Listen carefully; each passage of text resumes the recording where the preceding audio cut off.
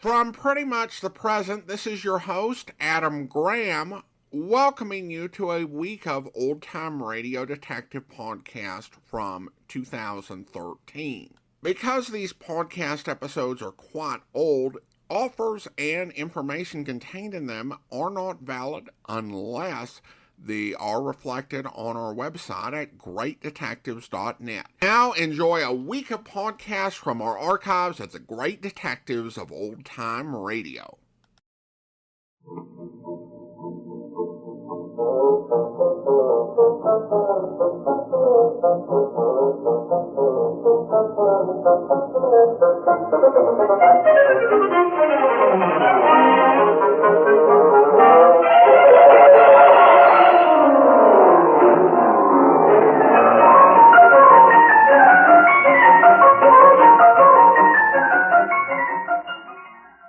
Welcome to the Great Detectives of Old Time Radio. From Boise, Idaho, this is your host, Adam Graham. If you have a comment, email it to me, box13 at greatdetectives.net. Follow us on Twitter at Radio Detectives and become one of our friends on Facebook, facebook.com/Radio Detectives. Before we do get started, I want to let you know today's episode is brought to you by the financial support of our listeners. And among those, I want to thank Eric, Joseph, William, and Catherine for their support. We'll be sending along the promised extras and access to our premium site. And you can support the show at support.greatdetectives.net. And I have decided, even though the listener support campaign is over, to add a few premiums that we'll have on an ongoing basis. At the $20 level, I will send, if listeners request it, I'll be happy to send them one of my ebooks for the Kindle. And at the $50 level, we have, for limited time still, two sets of two paperback books, original prints of Michael Shayne from the 1950s and 60s. And then at the $100 level, we're going to continue to offer John C. Abbott's Who is Johnny Dollar books. And at the $250 level, we'll happily send you all three books. I won't talk about these extra premiums very much, but they are there if listeners are interested. All right, well, now it's time for a new episode of yours truly, Johnny Dollar. This one is called The Jolly Rogers Fraud Matter. From Hollywood, it's time now for Johnny Dollar. Hi, Johnny. Pat McCracken at Universal Adjustment. Hello, Pat. Listen, I have something here I think maybe... Whoa, hold it, boy. I've already packed. Huh? You are? Yep, taking off in about an hour. First plane out I can get. Well, how'd you know? I've been planning it for months. How could you? It only happened last Thursday. Pat. Yeah? I'm going on a vacation far, far away to sunny Southern California. Little town of La Jolla. And to help me keep out of sight from such as you, I'm taking along all my skin diving outfit. Bye. Well, wait, Johnny. That's right next door. To what? The case I want you to handle for us in San Diego. Just changed my plans, Pat. I'm going to Florida. No, listen, Johnny. There's enough commission on this case to pay for 2 vacations. And as long as you're going to be right there in Southern Cal anyway, look, why don't you drop in on me before you take off? Okay, sucker. What? Just talking to myself. I'll see you.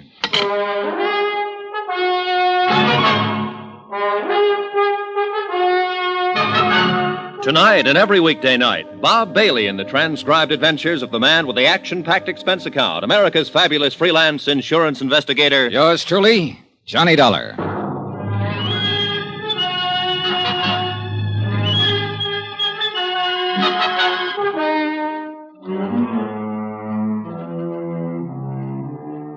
Expense account submitted by Special Investigator Johnny Dollar to the Universal Adjustment Bureau, Hartford, Connecticut. Following is an accounting of expenditures incurred during my investigation of the Jolly Roger fraud. Expense account item 1, taxi for myself and my vacation luggage to the offices of Universal Adjustment, 436 Parley Street, Hartford, in the hope I could argue both Pat McCracken and myself out of taking on the case. The last 2 cases I'd handled for Pat had almost cost me my life, and I was beginning to be a bit superstitious about anything he had a hand in. But trying to talk him down was like trying to talk down your mother-in-law. Maybe your skin diving trick will help you crack the case. But the main thing is you're going to California anyhow. This way you can put your whole vacation on expense account. Pat. And, baby, if I know you run down the case in about 2 days, come up with a swindle sheet for a couple of weeks. Pat. To say nothing of the commission I mentioned over the phone. Listen, will you? You see, the Jolly Roger was insured by Southwest Maritime Insurance and Liability for 460 G's. Bert Parker, in their San Diego office, can give you all the dope on it. Bert Parker? Sure, you remember him. Handed you the Molly Kay matter a few months ago. A very profitable case for you, wasn't it? Well, wasn't it? Yeah.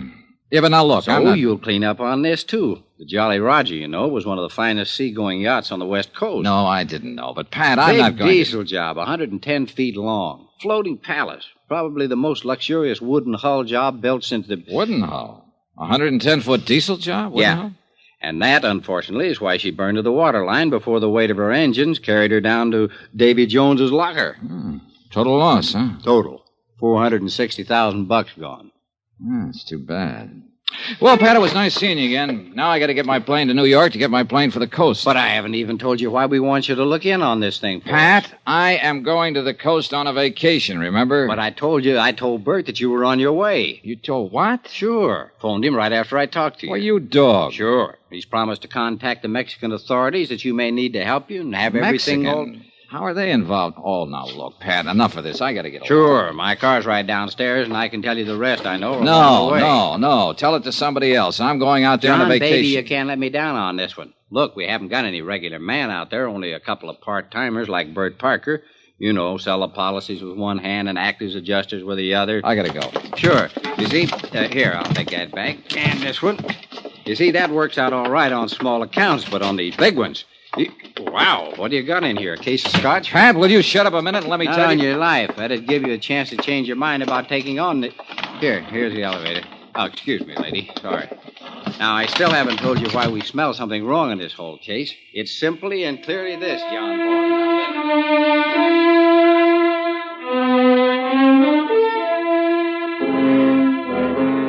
Yeah, it's simply and clearly this. The diesel yacht Jolly Roger was owned by one Paula Saganian, ex-rum runner, ex-gun runner, ex-shipping magnate, suspected spy through 2 world wars, and generally undesirable character, despite the millions he'd made. During the last war, he cleaned up by scaring some of the smaller countries into buying a lot of obsolete military equipment that was hardly fit for the scrap pile. And in more than one place around the world, there was anything but a welcome mat waiting for him. And in a lot of places, a lot of countries, the minute he landed his seagoing palace, the gendarmes would stick to him like flies to a molasses barrel just to make sure he behaved himself. Anyhow, trying to argue with Pat was useless, so I agreed to take on the case. Expense account items 2, 3, and 4. $190, 4 cents. Plane fares and incidentals, Hartford to New York, New York to Los Angeles, L.A. to San Diego, where I hoped to grab a cab to La Jolla before Bert Parker could find out I'd arrived. But I was met at the airport, but not by Bert Parker. Mr. Dollar. Yeah? I thought you were by the description. Well, don't tell me they've got me on those wanted posters out here, too. Oh, silly. I'm Jan Penny, Mr. Parker's office. You know, Southwest Insurance and Liability. Maybe I ought to take the case after all. I'm going to work with you on it. Oh, no, I'm sure I will. You see, Mr. Parker's in the hospital. When he received Mr. McCracken's wire about your time of arrival, he asked me to meet you here. Hospital? What's the matter with him? It's supposed to have been an accident. Hit and run. Well, what do you mean, supposed to be? Bert thinks they tried to run him down deliberately. Who? I think he'd better tell you about it. Yeah, I think somebody better.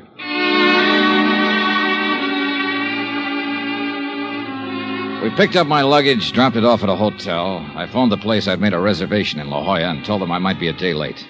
And Jan Penny and I went on over to the Queen of Mercy Hospital to talk with Bert Parker.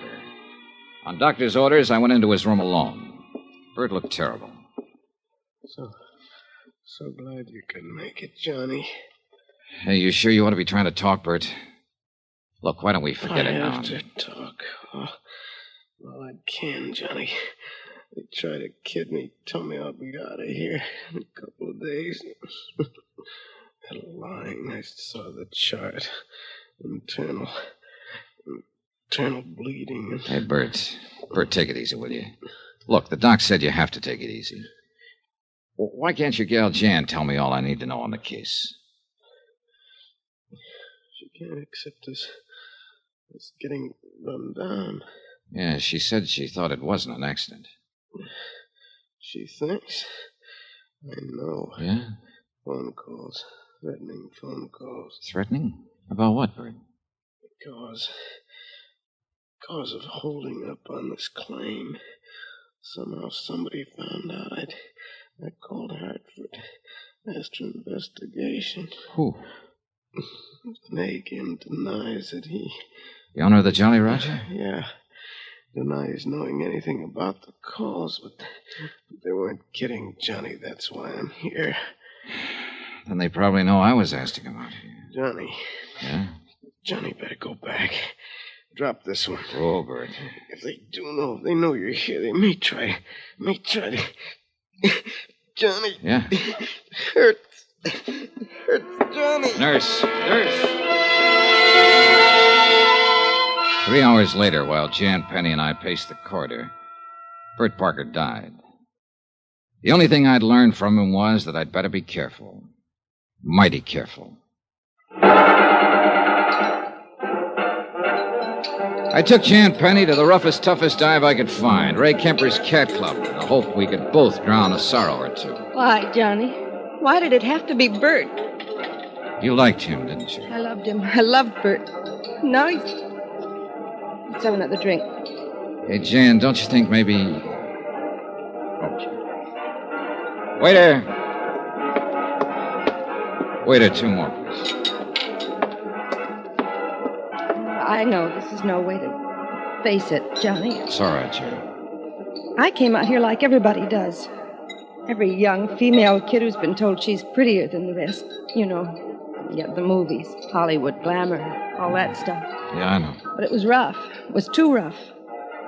And I couldn't play the game they seemed to want to play out here. And I was all set to go back to the farm country and settle down to the same dull. But then I met Bert. And instead of giving me just a lot of fast talk, he said he wanted to help me. He did, Johnny. He really did. Took me into his office here in San Diego. And we made this office, Johnny. We did. And he still didn't try to make any advances because he knew I wouldn't want that. But what he didn't know was that I loved him for it. That I loved him. Now he's gone. Hey, look, Jan, there's nothing we can do about it. Except try to finish the job he started on the case that put us here drinking too much and trying not to think of him and thinking of nothing else but him. Oh, thanks, bud. Here, keep the change. Johnny, Yeah? you're like Bert. You're straight. I'm glad. Easy, gal. Maybe you didn't know him as well as I did. But you cared about him enough to do this, and Jan, take it easy. Listen, Jan. Yes? Grab your coat. I'm taking you home. I'm all right. Really, I am. You've got a double job to do tomorrow, his as well as yours. How can you talk? I know. I'm out here. I'm out here to knock off the Jolly Roger, make sure the payment of the claim is okay. At least that's why I came out here. Well, then how... Now I've also got to find out who... Well... Bert. Yeah. And I'm going to need your help. All right, Johnny. Come on, Jan. Grab your coat.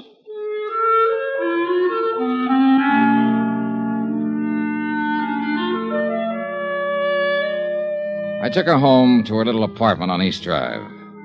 I didn't go up for the usual nightcap because I didn't want to.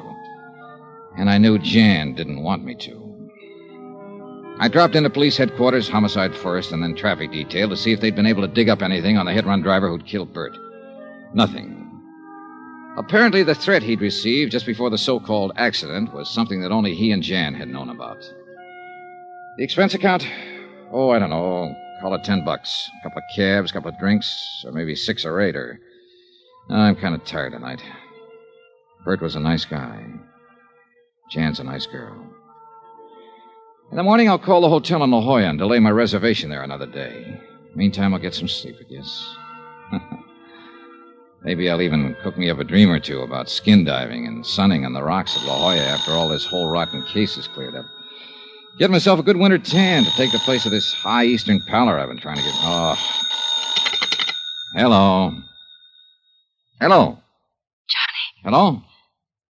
Johnny, listen. Hello, I can't... Jan? Yes, Johnny. Listen to me. Yeah. We must have been followed tonight. Huh? Jan? I got a phone call just a minute ago. Yeah? A man. He threatened me. What do you mean he threatened you? How? Who was it? I don't know. He said, if I help you, Yeah? there'll be another accident. To me. Jan. And to you. And to you. Listen, Jan. Oh, Johnny, I'm afraid.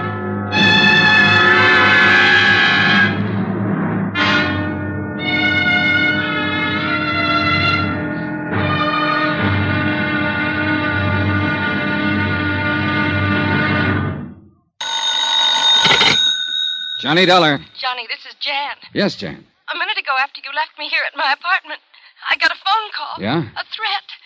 If I help you on this case, there'll be another accident. Huh? Like the one that happened to Bert. Fatal. To me. Jan. To you. Oh, Johnny, I'm afraid. Stay right where you are. I'm on my way over.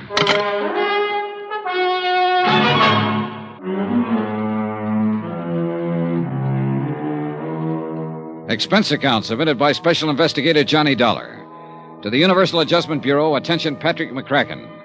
Pat, I'm addressing this to you instead of to the Southwestern Maritime Insurance and Liability because Southwestern's sole representative here in San Diego, California, Bert Parker, died yesterday in the hospital, presumably of an accident. But I don't believe it. I think it's because he knew too much about this case. The Jolly Roger fraud. Item 6270, cab fare and tip, from my hotel to the little apartment of Jan Penny, who had been Bert Parker's secretary before he was killed.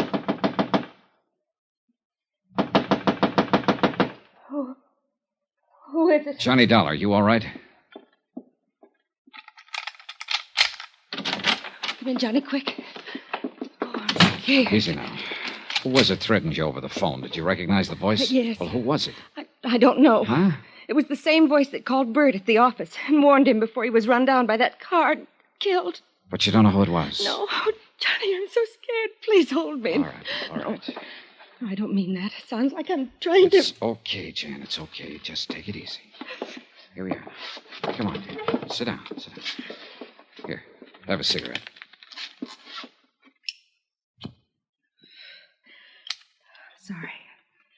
I'm sorry, Johnny.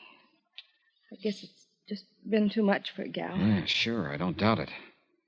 I thought when I bought you a few drinks tonight, you'd be able to come back here and sleep and forget what's happened. Forget about Bert being killed. It's because he held up the claim on the Jolly Roger. Because he sent for you. That's why they're threatening you, too. Oh, Johnny, be careful. And you have no idea who they is? Of course I do. The same idea you have. The man who owned the Jolly Roger before she burned and sank. Paulus Zanagian. Just how much do you know about Zanagian? Only what Bert told me. He was an international crook, gun runner, spy, shipping magnate, international troublemaker. Yeah, and just about as welcome in any decent country of this world as the plague. Bert didn't want to insure the Jolly Roger. Certainly an appropriate name, all right. If ever there was an international pirate. But go on, Jan. Bert didn't want to insure it. $460,000, wooden hull and all, but he had to. Southwestern is a small company, Johnny, and the premium, 2 years' premium in advance, was too much to turn down. So that was the clincher. Yes. Bert needed it so much. But then it burned and sank. Yes. When they submitted the claim, Zanagian himself. Oh? Yes, Johnny. It was Paulus Zanagian himself who bought the policy, and he made the claim. Demanded immediate payment. But when Bert decided to hold up until you could come out here and investigate it... The warnings and the so-called accident that killed him. Yes. Now they're warning me. You. Oh, Johnny, why don't you give this up? Where's Zanagian now? Here in San Diego at the Larchmont. And you're sure it wasn't he who called you tonight, who called Bert and warned him? I'm sure. I would have known his voice, his accent. But, Johnny, I'm frightened. All right, now look. Go on in there, into your bedroom and sleep. No. Take a sleeping pill, whatever you like, but get some sleep. Look, there's nothing we can do tonight, and there'll be plenty for us to do tomorrow. But after that phone call, I'll stay right here on the sofa. Now, look, I've got this. Have you any kind of a gun? No, Johnny. Well, now, go on in there, lock your windows, close the drapes, and get some sleep. That's orders. All right. Good night, Johnny.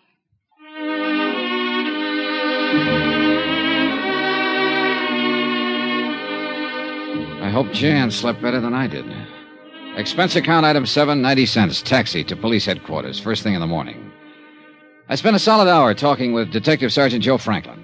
Yes, they were working on the hit-run death of Bert Parker. No, they hadn't come up with any leads. All he knew was that Bert had left his office late, was shortcutting his way through an alley to where his car was parked, had been knocked down when he reached the end of the alley. No witness, no tar marks, nothing.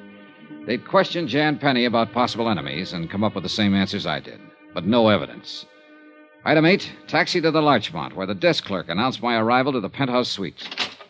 Come in, sir. I've been waiting for you to call on me. Mr. Zanagian? Terribly distressing news about your colleague, Mr. Parker. I feel... Oh, sit down, won't you? Thanks. Tell me, sir, have the police found any clue as to who ran down and killed the poor man? Oh, you know that he died last night? Oh, yes, of course, within a few minutes of when it happened. But was Sergeant Franklin able to give you no inkling of who might have done it? Oh, do not look surprised, my boy. I not only know of your visit to police headquarters this morning, but of everything else you have done since your arrival here in San Diego. Well, that's very interesting, Mr. Zanagian. Yes, isn't it? But I'm sure the reason for it is very obvious. Is it? Of course, my friend, of course. I am depending on you to see that prompt payment of my insurance on the Jolly Roger is made. After all, that is the only reason for your being sent here. Who told you Therefore, that? I feel it my obligation to see that nothing happens to you, that you are given, shall we say, adequate protection during the time you are here acting in my behalf. Mr. Zanagian, before That you go is why I have made a trusted man responsible for watching over you at all times during your stay. Uh-huh. I suppose that's just a polite way of saying that you've had somebody taming me since I got here. Oh, by the way, a lovely girl, Miss Penny, isn't she? And she was so devoted to Mr. Parker. Terrible shock to her, his death. Your solicitude to her is to be highly commended. You really keep tabs on things, don't you? But now, let us get down to the business at hand. Yeah, let's. The loss of the Jolly Roger came at a most inopportune moment. My crew were testing some new equipment in preparation for a somewhat lengthy trip abroad. When the accident occurred, they sent her to the bottom out near the Coronado Islands. Just what kind of an accident was it? What? Oh, forgive me, dear man. I forget you have not yet contacted the Coast Guard for the details of the whole affair. That's right, but how did you... But I am certain you will. So why should I bore you with information you will only have to hear all over again from them? Suffice it to say, dear sir, that the loss of my beautiful yacht was due to some mechanical failure, so to speak. Something with the electrical system, I believe it was. Yes, I do. But my point to you is simply that I must have settlement of my claim without delay, so that I can leave the United States as soon as possible. For where? Do you mind? Oh, no. Of course I don't mind. But why bore you with my personal affairs? So urgent is my need for immediate settlement that I can only remind you that I am a most generous person. Which is to say, I can assure you of ample reward for anything you may do to expedite payment to me of the Now, just hold on a minute. I'm sorry, my dear sir. Oh, dear me, I'm sorry. I have seemed to monopolize the conversation, haven't I? Mr. Zanagian, let's stop beating around the bush. An insurance claim for $460,000 is investigated in any event. Bert Parker seemed to think there was something wrong with this claim. He said so, and apparently it cost him his life. The same threats that were made to him have been passed on to his secretary, Jan Penny, and to me. And if that doesn't make the whole case smell to high heaven... my dear All sir. right, now. Now you're trying to bribe me to make a quick settlement. So, mister, if I weren't suspicious of the whole thing before, you can believe me, I am now. Oh, my dear Why man. anyone with your reputation for millions should be in such a hurry to get his hands on a few $100,000, I don't know. But if I were you, I'd sit back very quietly and prepare for a long wait to see if you get it at all. Oh, how unfortunate this attitude for you. That a threat? No, dear boy, not at all. I am simply thinking of how much easier it could be for you. And, of course, profitable. Perhaps you will change your mind. Not a chance. Then, sir, since settlement of my claim seems to rest entirely on your shoulders at the moment, and since someone, I can't imagine who, has seen fit to threaten you, and please, don't forget that, dear boy. Mr. Zanagian. Yes? I don't scare easy. It was pretty obvious that Paula Zanagian was used to having his own way, would stop at nothing to get it. Bert Parker had been right. I'd have to watch my step. I checked with Jan, then grabbed a taxi to pay a visit to the Coast Guard. Lieutenant John Smith, believe it or not. You can take your choice, Dollar. Read the report on the burning and sinking of the Jolly Roger here, or the copy I let Bert Parker have. I take it you talked to him. Parker's dead. What? Yeah, hit and run, after he received a couple of threats to lay off this case. You locked up Zanegian yet? On what charges? Well, who else? That's a lot to go on. If he didn't sink that boat himself, I'm a wall-eyed monkey. You find out anything to back that up? No, not a thing. The Jolly Roger sank in about as bad a spot out there as could have been picked. It's deep, bad current, dirty water from onshore silt. We tried to send down divers, got nowhere. Hey, wait. I thought she went down in Mexican waters off the Coronados. Yeah, she did, but we supplied the divers, or tried to. International cooperation, that sort of stuff. But we got nowhere. How'd you find out about it in the first place? One of our planes on routine patrol saw the puff from the explosion out over the water. By the time it actually got there, the hull was nothing but a mass of flames. Sank 10, 15 minutes later. What about the crew? The crew were lost, except for one kid, a cabin boy. Yeah, where's he? Mexican fishing boat out of Rosarito picked him up. He was in bad shape. The explosion had blown him clear. He's in the hospital in Tijuana. Well, look, wait, hasn't anybody talked to him? He was too badly hurt at first. But I spoke with the hospital just before you got here, and they think he might be able to talk by sometime this afternoon. Well, what are we waiting for? Come on, let's get down there. And I can't until later. Look, have you got a car? No. You want mine? Well, sure, let's go. How far is it? Even within the speed limit, you can make it in a half hour. Out this way. All right. Car's out in the lot in the back.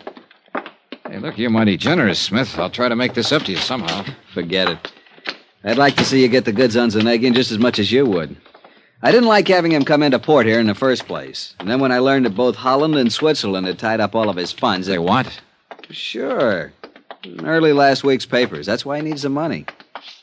Here's my car. And if you can learn anything down there, if I can be of any help, I'm on pretty good terms with it. Hey, Dollar. Oh, Mr. Dollar. Oh, about that. My car and excellent chauffeur Ortiz here would have got you to Tijuana much more rapidly and comfortably than you might drive, I am Hey, sure. now, wait just a minute. What Which made is you why think I came to meet you here. I knew you'd want to talk with the cabin boy who survived the accident to my ill-fated Jolly Roger. Oh, you did? Yes. However, I fear it is too late. What do you mean? As I was leaving my hotel, I heard from one of my, shall we say, associates. He informed me that he had just learned from one of his, shall we say, contacts in Tijuana. Well? Alas, the poor cabin boy died only a few minutes ago. Pity, sir, isn't it?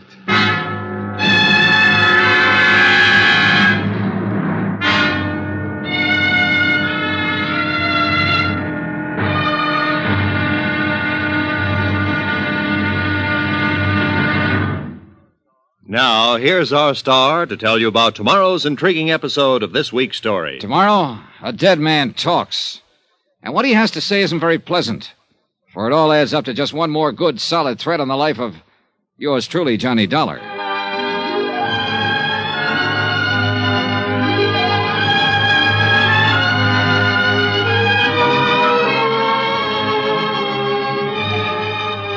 Yours truly, Johnny Dollar, starring Bob Bailey, is transcribed in Hollywood.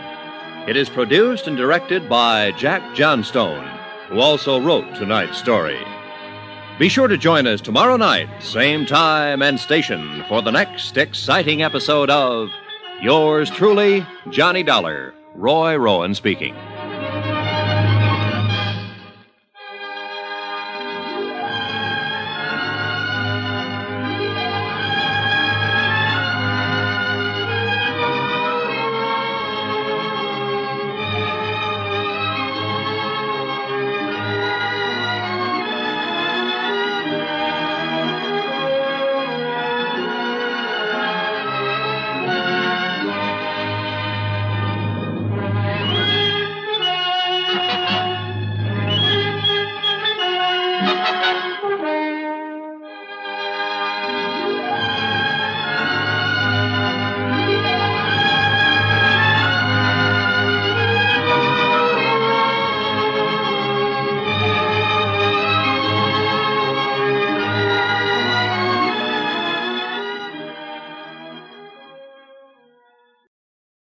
Welcome back. Well, we got a very key moment here, and that was the introduction of the character of Pat McCracken.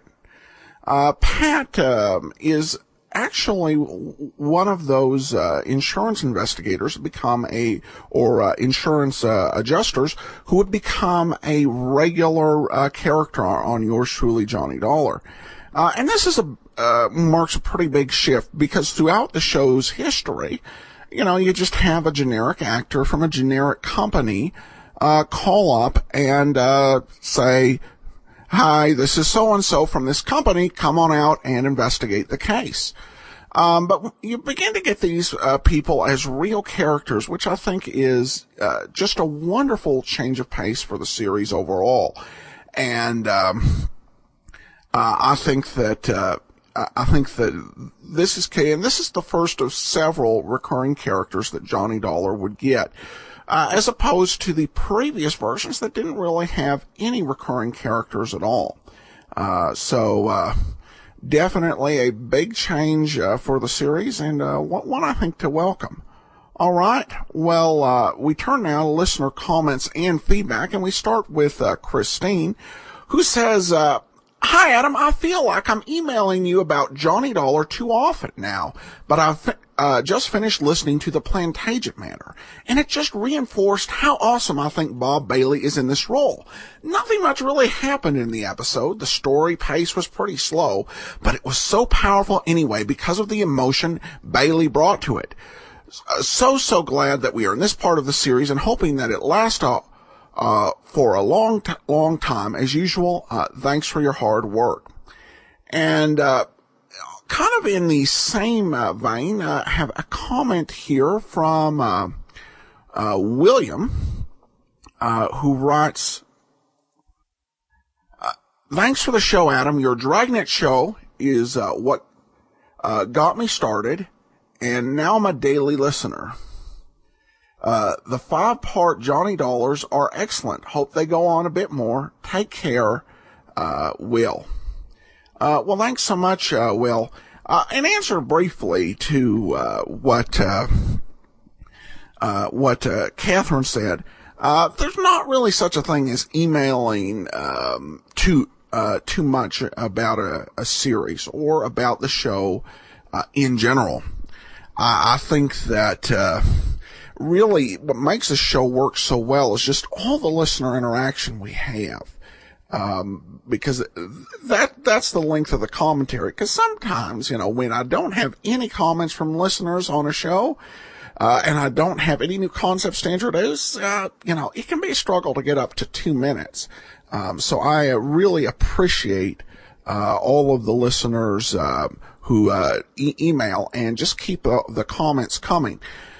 But really, I think that Bailey does a lot of work, and he does make the shows shine. I think there is some truth to the fact that the shows are better because they can be better developed than if you're just doing a half-hour show. But there's also something to Bob Bailey's acting, because in many of these shows, he's dealing with material that other actors have some way formed, but he's doing a job that stands out so well. So it's a group effort. These Bailey shows are definitely very special. Then we have a comment from Will Perkins, who writes on Facebook, "I'm almost a month behind in listening to the Johnny Dollar episodes where part 3 was missing and you broadcast parts 4 and 5 together. That's why I'm writing to you. I recommend you consider doing the 5-part broadcast as parts 1 and 2, part 3 by itself, and then finish with parts 4 and 5. It makes the flow of the storyline better as you listen to it. Trust me on this and just do it. Thanks for an excellent show." Well, Will, I definitely appreciate the feedback. I would be loath to make a change. We've kind of changed already from where we started it, because we were originally doing the Friday shows with the Carter Brown or whatever the second feature was first, and we reversed that. And I haven't received any other complaints on it since then. I personally like doing parts 4 and 5 on Friday, just because part 4 really leaves you with a sense of suspense, and I think that can be a good thing. So I appreciate the feedback, but very hesitant to change again. But I'll listen to what other listeners might have to say on that topic. And by the way, in answer to people's questions, by my count, we're about 2/5 of the way through the 5-part episode. So we've got quite a ways to go in this effort, and really a chance to just enjoy some of the best radio drama ever produced. All right, well, actually, we have a couple other listener comments on Facebook. Rebecca says, I really enjoy Johnny Dollar. I listen to him via your podcast. And Georgiana says, Johnny Dollar starring Bob Bailey, the best. All right, well, thanks so much for all your comments. Truly appreciated. We will see you back here on Tuesday for the amazing Mr. Malone, and then join us back here on Wednesday as we continue on with the Jolly Rogers fraud matter. All right, well, before we get into today's episode, I do want to let you know today's episode is brought to you by the financial support of our listeners. And I want to thank everybody who participated in our listener support campaign. I have quite a few to list today, and I hope I don't miss anybody. But I want to thank John and Joseph, James, and Brian, Diane, Helen, Joel, and Mary, and Jeanette, and Dwight, and Sonia, and James. Thank you all so much for your support. It's truly appreciated. And you can support the show at support.greatdetectives.net. All right, well, we're going to get into today's episode of The Amazing Mr. Malone, which finds a new Mr. Malone in the position. After 115 episodes, Frank Lovejoy left the series and went over to NBC. He starred in a show called Here Comes McBride, which didn't make it, but he would eventually land the role of his radio career that old-time radio fans most remember him for as Randy Stone in Nightbeat. For the 1949-50 season, ABC signed Gene Raymond, a veteran film actor, to take on the role of Mr. Malone. There are quite a few partial episodes from this series that survive. However, the first full episode that I've been able to find with Gene Raymond is the 19th episode from his run. This episode aired on January the 29th, 1950, and the title is The Devil Finds Work for Idle Hands. Operator, get me the office of John J. Malone.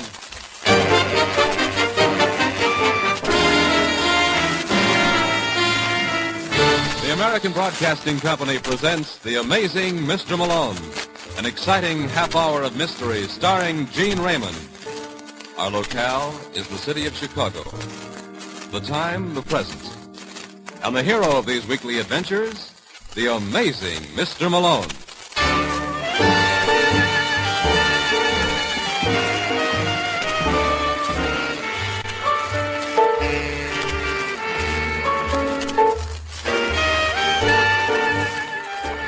Malone is the name, John J. Malone, attorney and counselor at law. If you're one of our regulars, you know how fond I am of cliches. Tonight, I'd like to direct your attention to that oldie, The Devil Finds Work for Idle Hands.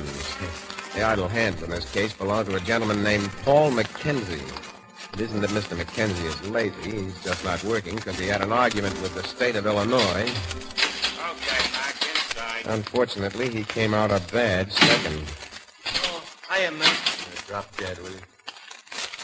That's the Chicago paper? Yeah. Let's see it, Wayne. No, I'm doing a crossword bust. You know a 5-letter word for burglar? You trying to be funny? No. You see 17 across? Oh, Jimmy. What you want to do that for?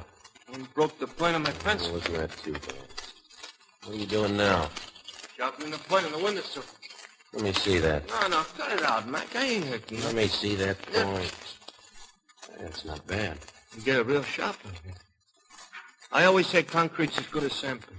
Is that what you always say? Yeah, any day. When I was a kid, Shut up. When do you draw kitchen duty again? Well?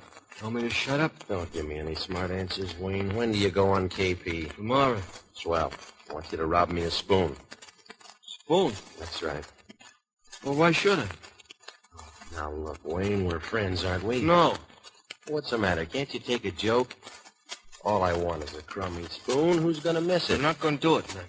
Well, it's not like I was asking for a knife. I'm not going I said you are. Well? What do you want it for? You gotta have a reason for everything. You just get me a spoon. That's all I ask.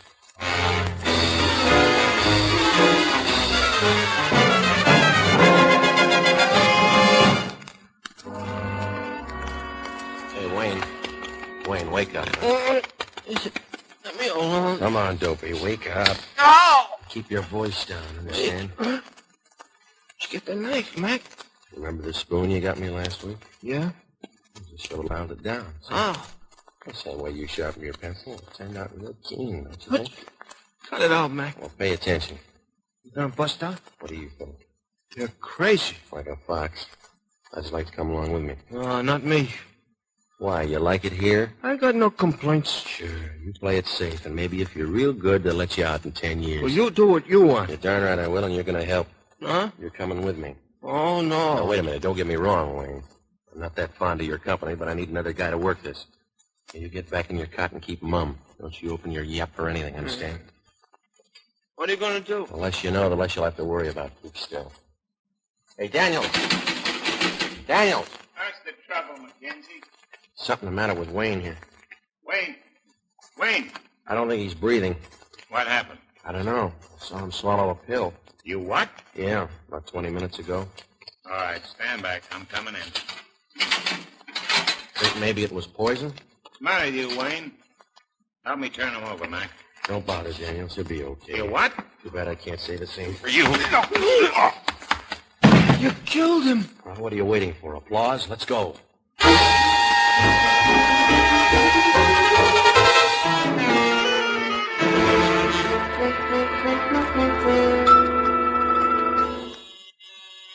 Just a second. Yeah. Hi, Harris. Mackenzie. Shut the door. Huh? Oh, yeah. What's the matter, Harris? You act like you're seeing a ghost. It's your old boss, remember? But I heard on the radio. What? Well, the car with you and... what was his name? Wayne? Yeah. Went off a drawbridge near Joliet. Yeah. Well, I wasn't in it. We separated as soon as we got over the walls. Now, was there anything else? No. What about the guard I knifed? Oh, they say he's going to pull through. I guess this is my lucky day, huh? How did you get to Chicago? I rode the rods. Got me some soap. I want to wash up. Sure, Mac. Yeah. Thanks. What do you hear from Ruth? Ruth? Ruth Nelson, stupid.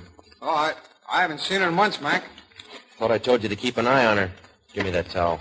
Yeah. Well? Well, what? What do you got to say for yourself?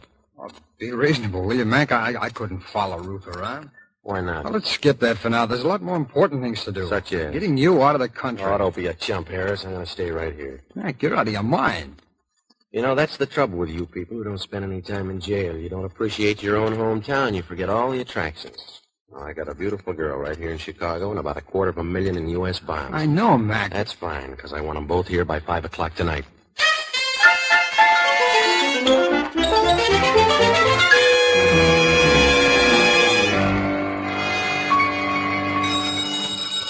Violet, will you answer that? Violet! I don't know why I keep that girl. Yes? Hello, Ruth. Oh, this wouldn't be heaven's gift to the working girl, Larry Harris. Cut the clowning, will you, Ruth? I got a message for you. The big man's in town. The who? He just arrived. Don't you understand me? No. Well, he's standing right here. Let me put him on. Hello, baby. How are you? Who is this? Now, who do you think? Look, mister, if this is your idea of a gag, I don't think it's funny. What's the matter, Ruth? Don't you recognize my voice? I don't believe it. Oh, that's right. I forgot you're from Missouri. Okay, Harris will pick you up in a half hour, and then I'll prove it to you personally.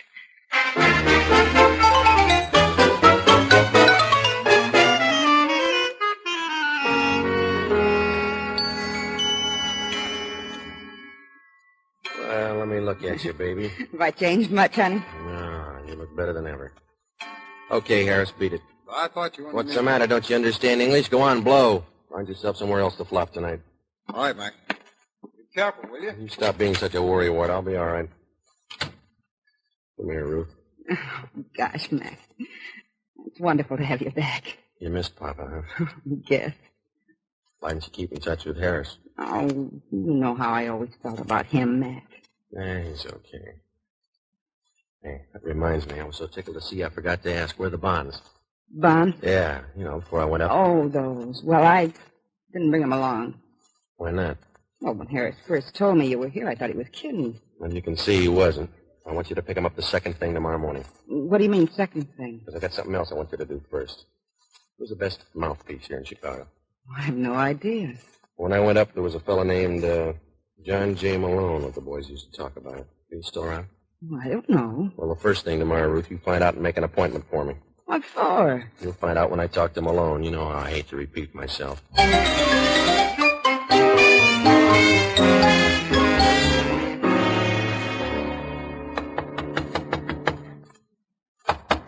It's funny you don't answer. Maybe Malone doesn't come in morning. Yeah.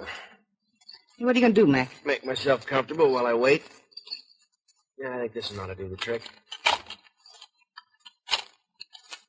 Well, what do you know? The old man hasn't lost his touch, huh, Ruthie? Mac, listen to me. Inside. But, honey, I said don't... inside. All right, now, what were you going to say? Malone's not going to like this. We'll teach him not to break dates with yours truly. Yeah, I guess you're right. What do you mean you guess? Aren't you sure? Well, I only meant... Wait a minute. Didn't you make an appointment with Malone for me? Well, of course I did. And how come he ain't here? I don't know. You're lying to me, Ruth. All right, so I am. I never called Malone. You didn't. Honest, Mac, I was only thinking of your welfare. I bet you were. Oh! Now, the next time I tell you to do something, do it. I don't need any masterminding. So that's the thanks I get. Are you kidding? I got news for you, sweetheart. Even at Joliet, I heard a couple of stories about you. They were about me and Arnold Lucas. They were lies. What was that name again? Lucas? Come on, answer me. Let me alone. Talk up, Ruthie. I'm going to know the score if I have to break every bone in that lovely body. I'm warning you, Mac. You stay away from me. Oh, you're warning me. Go on, blast, you big ape. You put a finger on me, and I'll put a finger on you, and we'll see who does more damage.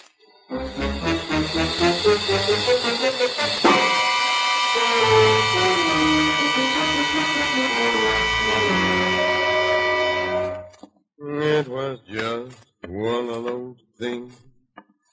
Just one of those crazy things. One of those Mr. Malone, Yeah, that's right. I've been waiting for you out here since 10:30. That's a switch. They generally wait inside. Huh? Skip it. You're, Susan Andrews. Well, what's on your mind, Miss Andrews? Mrs. Andrews. Yeah, oh, I'm staying at the Raynard apartment. but you've still got something on your mind. Well, couldn't we talk in your office? Oh, sure.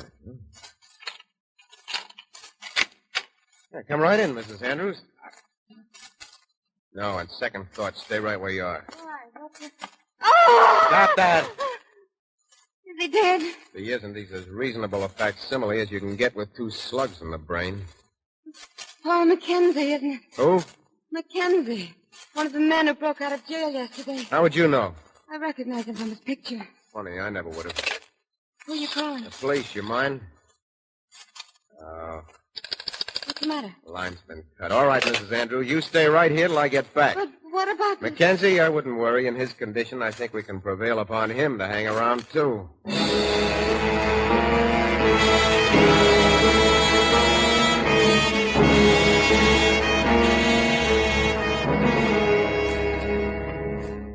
You're out of your mind, Malone. Mackenzie was in the car with Wayne when it went off that drawbridge near Joliet. Have they recovered the bodies yet, Lieutenant? Well, And I tell no. you, they never will. At least not until Mackenzie's, because it's Mackenzie's body is right here in my office. Hey, Mrs. Andrews? Mrs. Looks like nobody's home. I don't get it, Brooks. I left her standing right by the... Holy smoke, what happened to the body? What body? I told you Mackenzie's. It was lying right there near the switchboard. Look, Malone, if you've got nothing better to do... You've got to believe me, Lieutenant. Why would I make up a yarn like that? That's what I'm wondering. But whatever your reason is, it better be funny. I tell you, the line was cut and...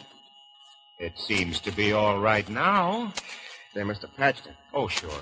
Where was this Mrs. Andrews living? At the Raynard Apartments. That's Fleming 0700, ain't it? You're wasting your time, Lieutenant. Whoever removed Mackenzie must have taken her along for the ride. She won't be in. I know. There's only one question in my mind. Whether she ever was. Are you calling me Keep quiet. Rated Apartments, good morning. You got a Mrs. Susan Andrews registered there? Just a moment, sir. Hello. Mrs. Susan Andrews? That's right.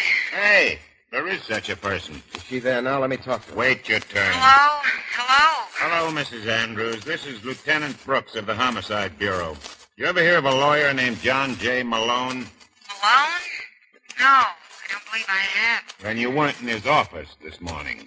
I don't see how I could be, Lieutenant. Your call just woke me up.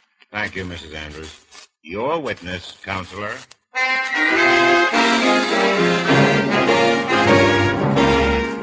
You are listening to The Amazing Mr. Malone, starring Gene Raymond.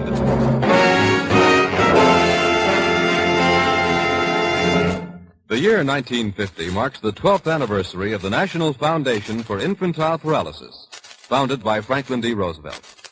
The National Foundation for Infantile Paralysis, through March of Dimes funds, is still caring for thousands of victims stricken by polio in previous years.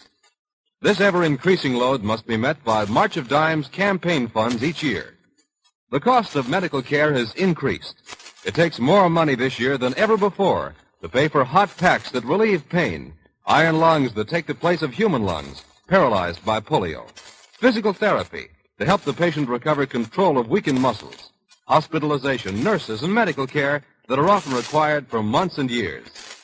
Besides, a way of preventing this disease must be found if our youngsters are to be free from the constant threat of crippling. To continue caring for old cases, to provide help for those who will be stricken by polio this year, to keep up the desperately needed all-out research program of tracking down the preventive and cure for polio, we must all give more generously than ever before when we join the March of Dimes. And now, back to the amazing Mr. Malone.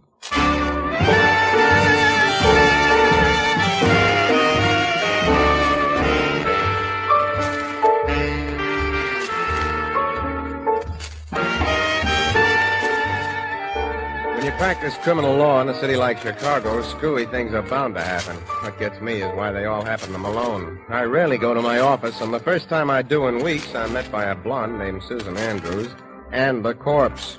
20 minutes later, both had disappeared. And Mrs. Andrews was denying on the phone she'd seen either of us. After I got rid of Lieutenant Brooks, I chased over to the Raynard Apartments.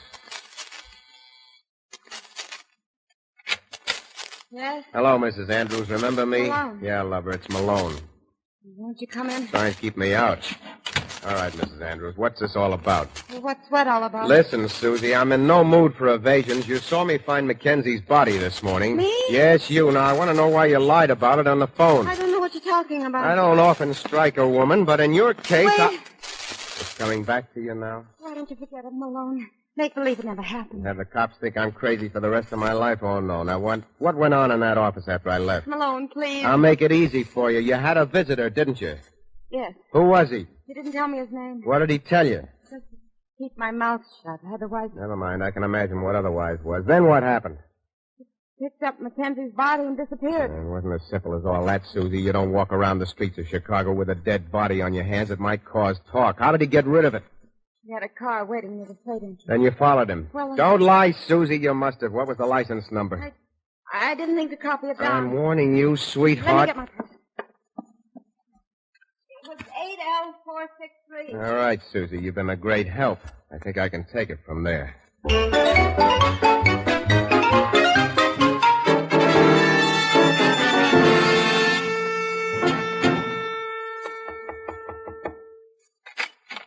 Well? I'm looking for a gent named Larry Harris. What do you want? My name is John J. Malone. Oh, still leaves me in the dark. I don't see why, Harris. You were up to my office this morning, weren't you? Where'd you get that screwy idea? You own a 49 Buick, license number 8L463, don't you? No. You better inform the license bureau. According to their records, the car belongs to you. So what if it does? Well, it was parked near the freight entrance to my building today. Your building? Well, I thought the press club was owned by some corporation. And you were there. Supposing I was. Well, if you'd admitted that before, we could have saved a lot of time. What did you do with Mackenzie's body? Strictly between us, Malone. I don't see how that's any of your business. Well, you're wrong, Harris. When someone uses my office for a slaughterhouse, it concerns me vitally. Yeah. Yeah, I suppose when you look at it that way, you've got a beef. Would $500 take care of it? Only if I can take it out in information. Oh, listen, Malone. Let me give you a little tip. Nobody's been hurt. Except Mackenzie. There's no skin off of your nose. Forget it. And if I don't? Someone's liable to get sore at you. And who might that be? Oh, I don't like to mention names, but it might very possibly be me. No, you don't. Look at my arm. What's the matter, Harris? Can't you stand a little pressure? Get on, Malone. You're breaking it. That ought to convince you I mean business. Now, what was your tie-up with Mackenzie? You can go. Come on, spill. We were friends. He was holed up here last night. Why did he want to see me? I don't know. You sure? I tell you, I don't know. Well, would you know what happened to all that money you had stashed away? What money? Mackenzie was serving time for a payroll robbery. They never found the dough. I never saw a penny of it. And who did? He spent it all on his girlfriend before they caught him. That sounds like a physical impossibility. It was close to $250,000, Harris. Well, you don't know this girl. No, but I'd like to. What's her name? Ruth Nelson. That's one more thing. Did you kill Mackenzie? And then go back to your office to remove his body? Oh, what do you think? I don't know, but maybe Ruth Nelson can help me arrive at some satisfactory answer.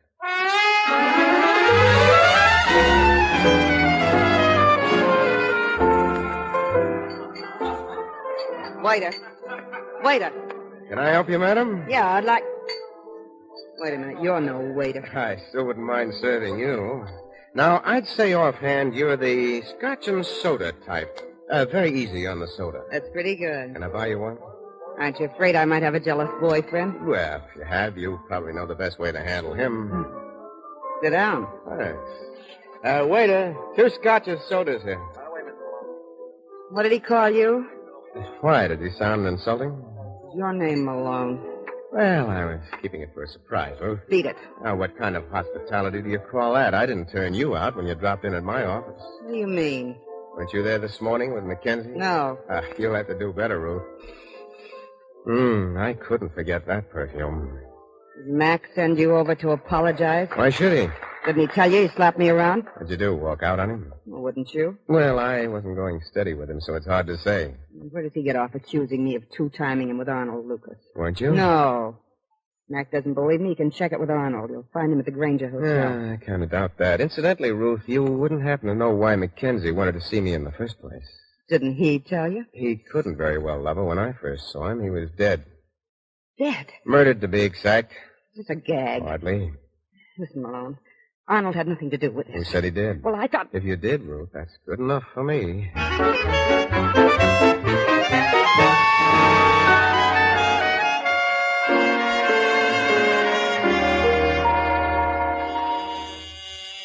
Who is it? Telegram for Arnold Lucas. Oh, would you be kind enough slip it under the door? Sorry, mister. You'll have to sign for it. Just a moment. Here. Hello. You're not from Western Union. Well, I tried to enlist, but they wouldn't have me. No? Who are you? Malone's the name, John J. Malone. Malone. What can I do for you, Mr. Malone? It's a long story, Lucas. Mind if I make myself comfortable while I tell her? Oh, please do. Thanks. May I offer you something? Just a couple of answers. You see, I'm a lawyer. Oh, how interesting. Yes, you get to meet a lot of dull people that way. Now, you'll never guess how I got in touch with you. Perhaps not. You ever hear of a man named Paul Mackenzie? Once or twice. He's dead. How sad. Now, dry those tears, comrade. I think I know where to locate his murderer. Yeah, and how did you accomplish that? Well, I had several fine leads. An automobile license plate led me to one Larry Harris. Harris? Mm-hmm. No, I don't believe I've had the pleasure. No, but you have a mutual friend, Ruth Nelson. Uh-huh. Yeah, she's a wonderful gal, Lucas.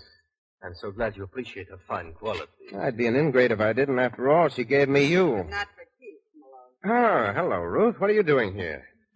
You're the boy who knows all the answers. Yeah, judging from that gun in your hand, there could only be one. Never let it be said that you can't put two and two together. Hello, Arnold. Darling, so nice of you to drop me. With a pleasure.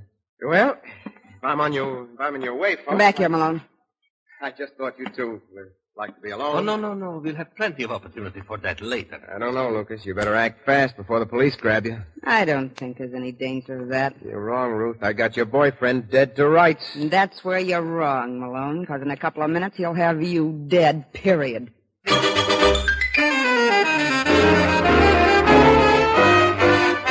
You are listening to The Amazing Mr. Malone, starring Gene Raymond. Today, America's schools are still suffering from a damage they experienced during and after the war. A shortage of qualified teachers. Too few young people preparing to become teachers. Classrooms overcrowded in many places. Educational plants that are inadequate and in many places obsolete. The situation's very serious. The chief victims are your youngsters. It's now become plain that to give our children the kind of education we want them to have, we must all remain and become fully alert to the factors that go to make a good school system. Bright, stimulating classrooms and hopeful, energetic teachers. Inferior education for American boys and girls means damage to our future prosperity, our traditions of freedom, our very security. Parents and citizens can help by joining and working with local civic groups and school boards to improve educational conditions. They can also show by friendliness and interest that they appreciate the vital importance of the teacher services to them, their children, and their community. A good thing for everybody to remember is that our teachers mold our nation's future. And now, back to the amazing Mr. Malone.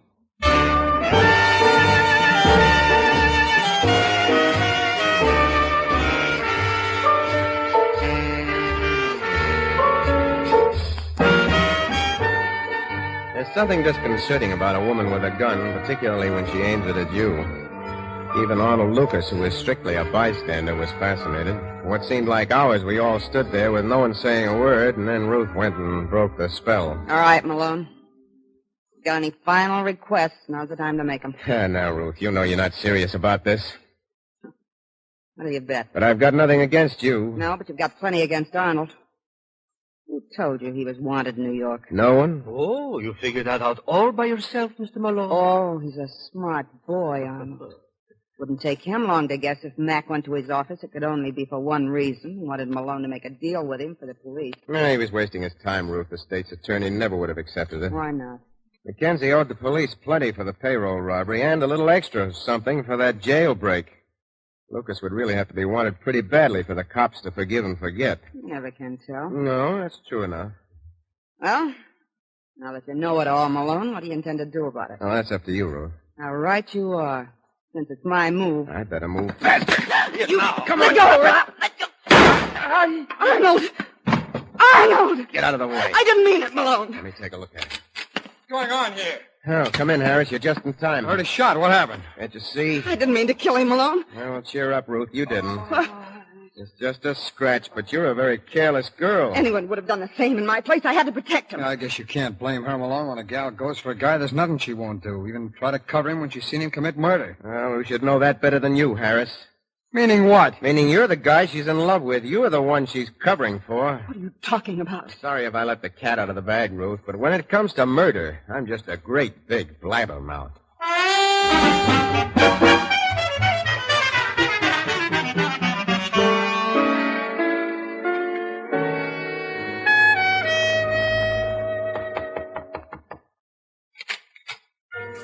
Oh, Susie.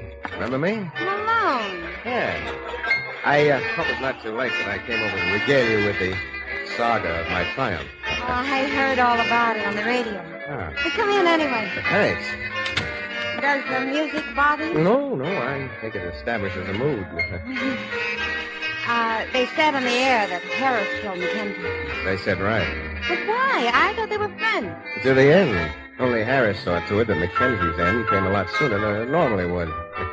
When Mackenzie went to jail, he left $250,000 worth of loot with his girlfriend, Ruth Nelson. And she and Harris? Uh-huh. Well, where does this Arnold Lucas fit in? Oh, he was just a patsy in this little affair. Ruth was fattening him up for the kill. She led Mackenzie to believe that it was Lucas who was his rival. When all along it was his boy Harris. Uh-huh, that's it. Well, what put you on the right track? Ruth. She was too anxious to make sure I didn't overlook a clue. She was the one who sicked me onto Lucas originally. Then she volunteered the information that he was wanted in New York. And then on top of that, she tried to get me to believe that that was the reason Mackenzie came to my office originally. Well, wasn't it? Of course not. Mackenzie may have wanted me to work out a deal for him, but never on that basis. He'd be the first one to realize the police would never accept it. Well, then what would be the deal? Well, of course, I'm guessing now, but it's the only thing that makes sense. The state's attorney originally offered to let Mackenzie plead guilty to a lesser crime if he turned back the money he heisted in that payroll robbery. I guess after a year and a half in stir, Mackenzie thought better of it. So if you put all that together, plus the fact that Ruth tried to kill Lucas right in front of me... I thought that was an accident. Oh, don't be silly. That gal knew what she was doing. Why do you think I had such an easy time disarming her? Oh. And does that answer all your questions? Uh-huh. Good. Now we can start on mine. I didn't have time to ask you before, but what were you doing in front of my office so early in the morning? Well, as I told you, I wanted to see you. About what? A divorce. Ah. Well, I don't generally handle divorce actions, Susie, but for you, I might make an exception. Suppose you tell me about your husband now. Well, he's handsome, charming, cultured. Everything a woman could want. Hey, wait a minute. You sound like you're still in love with the guy. Oh, I am. What? Mm-hmm. After I saw you this afternoon, I thought it over, and I called him. He should be here any minute. Oh, that's nice. It was all my fault, Malone. I made a mistake. I was just counting on him to call me first. Yeah. Well, don't feel too badly, Susie. We all make mistakes. I was counting on something, too. Well, Malone, where are you going? Home. Thank you, and good night, Mrs. Andrews.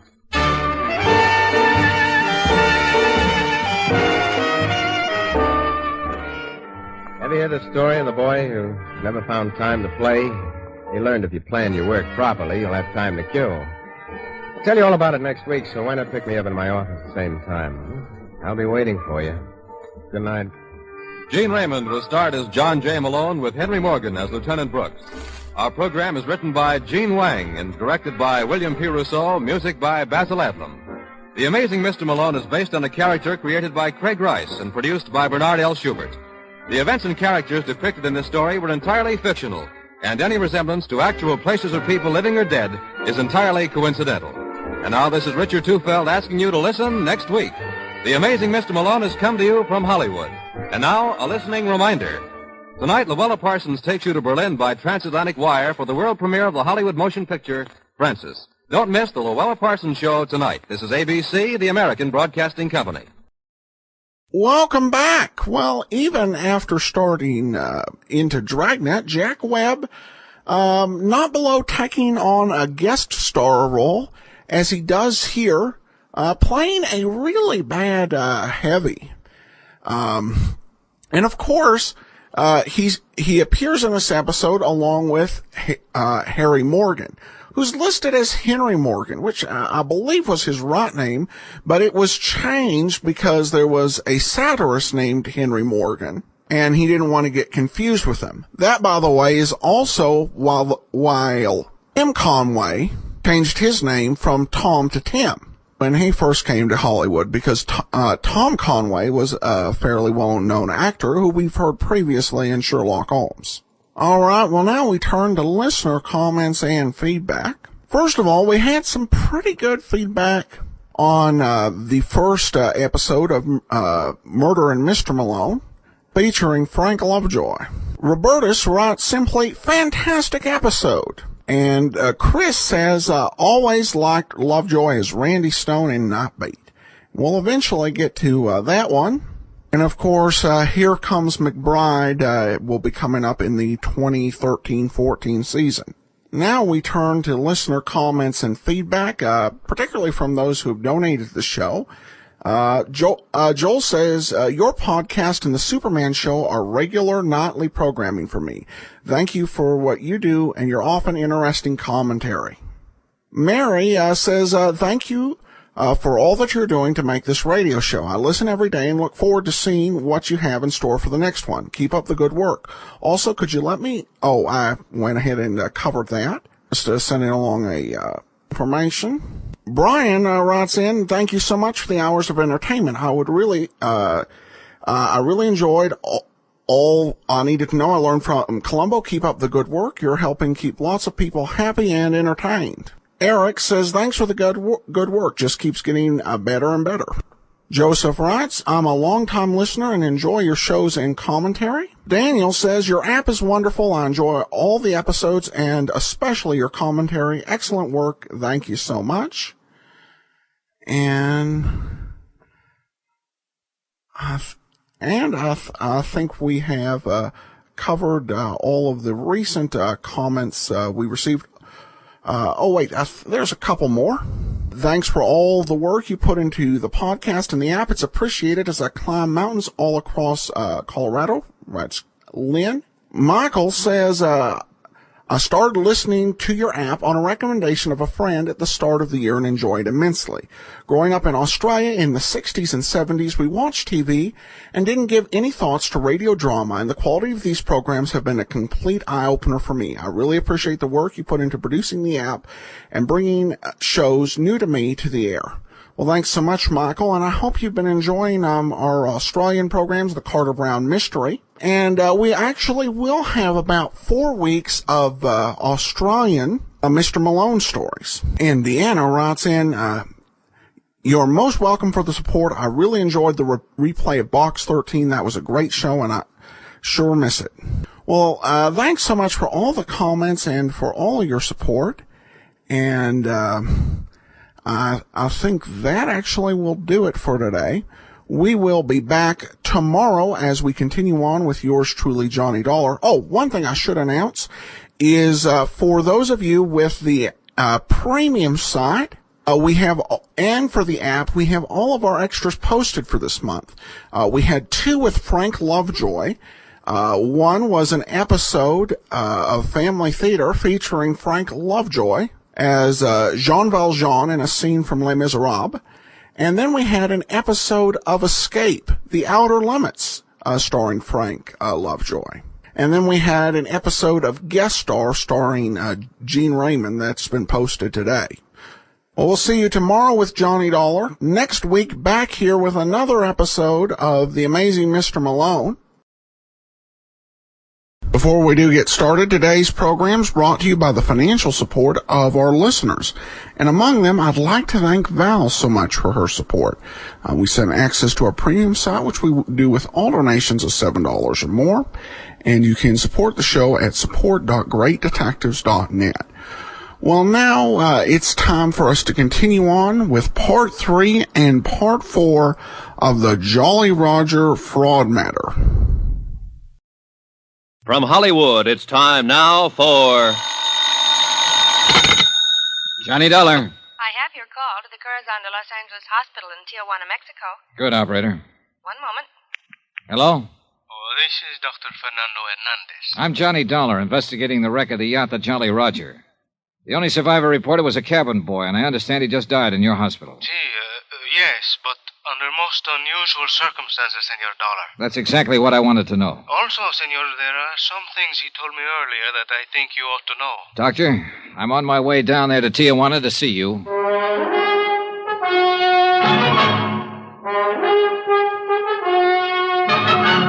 Tonight and every weekday night, Bob Bailey in the transcribed adventures of the man with the action-packed expense account, America's fabulous freelance insurance investigator. Yours truly, Johnny Dollar.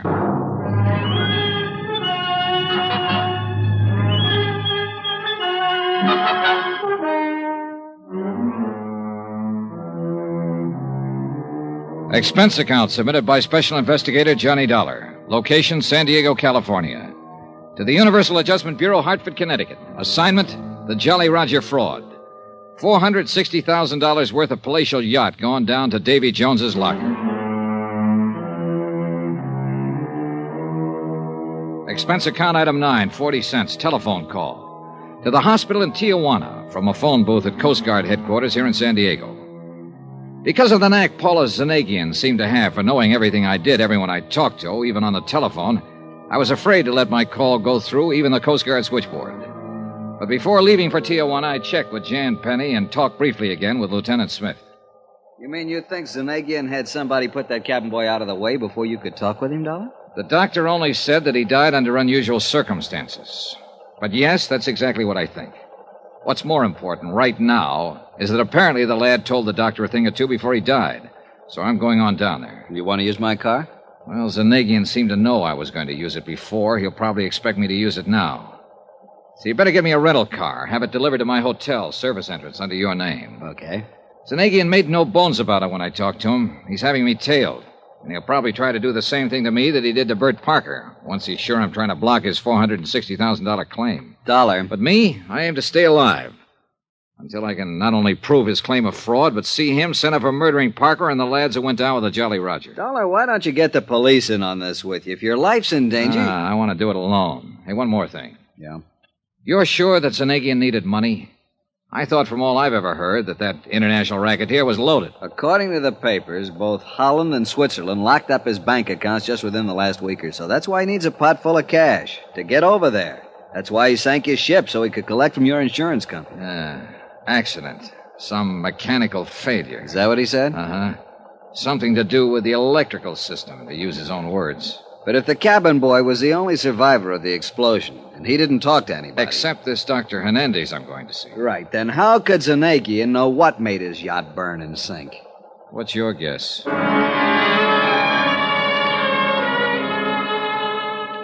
Expense account item 10, $50, deposit on rental car. On the way back to the hotel to pick it up, I kept looking for somebody that I could identify as the tail Zanagian had put on me. But if he was there, I couldn't tag him. And as I drove the few short miles from San Diego to Tijuana, I began to wonder if maybe I was just too small fry for Paula Zanagian, shipping magnate, munition maker, international spy, to bother with. Nonetheless, I still kept an eye out for a familiar face, or more to the point, for a familiar car that might be following me. Midday traffic on the big broad highway was astonishingly sparse. A handful of tourist-type cars loaded with families on the way across the border for a quick look-see at Mexico. A handful of movers who were on their way to see how far and how long their American dollars would keep them in favorably exchanged Mexican pesos.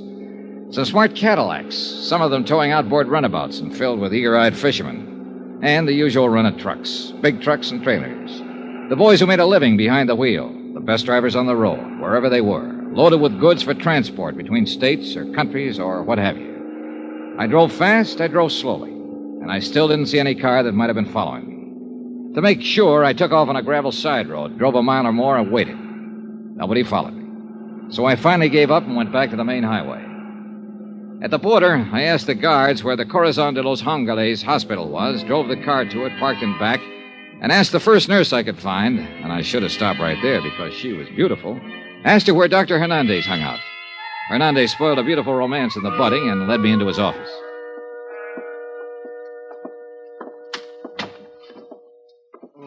Please do. Sit down, Senor Dollar. Thanks, Dr. Hernandez. I'm so glad you've come. We here at the hospital, I must confess, were somewhat concerned when the fishermen brought in the poor young cabin boy who survived the wreck of the... What was his name? The Jolly Roger. Yeah, that's right. Zanagian couldn't have picked a better one. So? Jolly Roger's the name of the flag that pirate ships used to fly, skull and crossbones. I suppose you know. See, I know. He was a glorified pirate preying on the whole world. I'm a student of history, senor, modern as well as ancient. In his small, selfish way, I realize that Paula Zanagian has looted the whole world. A dangerous man. You say you were worried when his cabin boy showed up. Because there was a man who called and wished to visit him. Insisted on it. Oh? See, but... Of course, because of his condition, we could not permit it. The explosion of the ship had done a great deal of damage to his small body. When he was brought in here, I could see that immediate surgery was necessary to save his life. Well, go on, Doctor. So I operated. And as I did so, realized that divine providence would permit me to save the life of this poor unfortunate. My operation was a success. But you told me over the phone that he died. We are a poor hospital, and usually we're not able to provide such things. But I appointed a special nurse to look after him while I ordered that man who would not give his name but who insisted on seeing him be kept away. Doctor, you said... However, 2 hours ago, the nurse left him only for a brief moment and only to inform me of the remarkable improvement he'd made. Look, and Doctor... when I entered his room, he was dead. Look, Doctor, I'm sorry if you lost your patient, of course, but you told me over the phone that there was something unusual about his death. That's why I came down here. He would have lived. He would have lived, Senor Dollar. Yes, I know. Except that someone got into the room with him during the brief moment he was left alone. Got into him and killed him with this. What is it? A knitting needle? I think so. He would have been well again, Senor, but he was killed. Murdered. Have you told the police about this? See, and they are what you call at a loss. Oh, brother. Well, how do you think I feel? I was going to tell them what I knew about the unfortunate boy when your telephone call came. Then I decided perhaps I'd best talk to you first. Well, just what is it you know about him? It is what he knew about the sinking of the boat. The Jolly Roger. See. Thanks to adrenaline and other stimulants I administered even before we began the anesthetic for the operation that saved his life. Only it didn't stay so long. See. He regained consciousness long enough to talk with me. He talked a great deal. Well? Well, Doctor, what did he tell you? My notes. I kept very careful notes in this drawer. And what is it, Doctor? What's the matter? the notes I had, they're gone. Gone? Here. I kept them here because I knew they'd help to solve the crime of the sinking of the ship. Well, what did this boy tell you? Notes or no notes, Doctor? You must remember something of what he told you. Well, see, yes. Well, what? That he'd seen a strange device taken aboard the ship. He was young and curious, as all boys are. Yeah?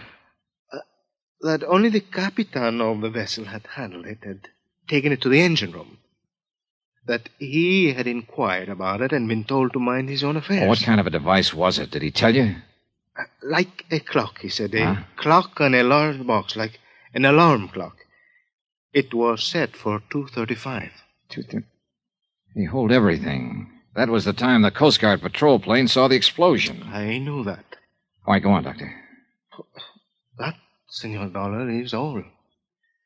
Well, I don't know about you, but it sounds to me like Zanegian or one of his men or both planted a time bomb in the engine room of that yacht. See? No. Now, wait a minute. Yes? If the captain knew about it... Hey, look, Doctor, the U.S. Coast Guard reported that the only survivor was this cabin boy. Now, surely the captain wouldn't have let himself get blown up. Oh, no, he would not, except for one thing. Yeah? And I tell you only what I know from the cabin boy. Oh, yeah, what's that? This trip was a test. Before the ship, the yacht, was to go on a long trip. It had many new devices on it. Uh-huh. A large, tall mast for what you call a radar. Yeah, go on. The captain, when they reached a point of the Coronado Islands, ordered a small boat put, over the sand. Yeah, that's right, go on. But in doing so, the radar mast, fell down, and the captain was struck by it. Therefore... Doctor, now listen carefully. Tell no one you've talked to me. Tell your local police, if you like, what you learned from the cabin boy. Report it to your Coast Guard or whatever you have to do down here in Mexico. But don't, under any circumstances, let anyone know you've talked to me. I do not understand, senor. You wonder where your notes on the cabin boy are? Well, if you ask me, Zanegian is looking them over right now. Impossible. Nothing is impossible with a guy like him. Now, what I'm getting at is this. I'm a marked man, Doctor. He's after me, and he'll be after anybody who tries to help me. Cannot believe. Well, you'd better, if you want to stay in one piece, so take no chances. I don't think I was followed down here, but I may have been. If so, your life is in danger, same as mine. So please, watch your step until I can pin whatever it takes on Zanegian to send him up for life. Oh, this is fantastic. Yeah, sure it is. But outside of you and a girl named Jan Penny and...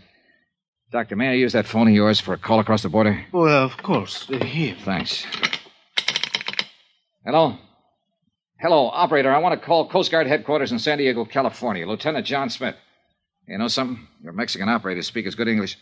Hello? Yes, thank you. You seem alarmed, Senor Dollar. Are you Doc, sure I just hope you find no cause for alarm before this mess is over. But I say it again. Watch your step. The mere fact that you've talked with me... Hello? Well, where can I reach him? Well, sure, I'll talk to anybody there at headquarters. Hello, I'm calling Lieutenant John... I see. Thanks. What is it, Mr. Dollar? Lieutenant Smith is dead. What? A hit-and-run accident. About an hour after I left him. Watch your step, Doctor. See. And you too, Senor Dollar.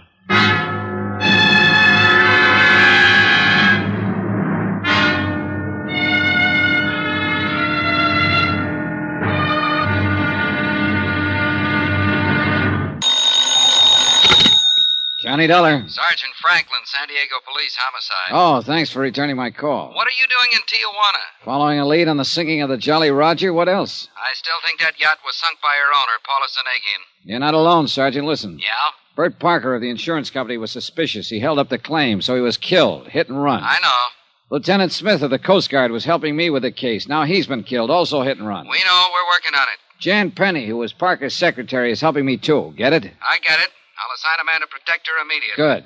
But, Dollar... Yeah? What about you?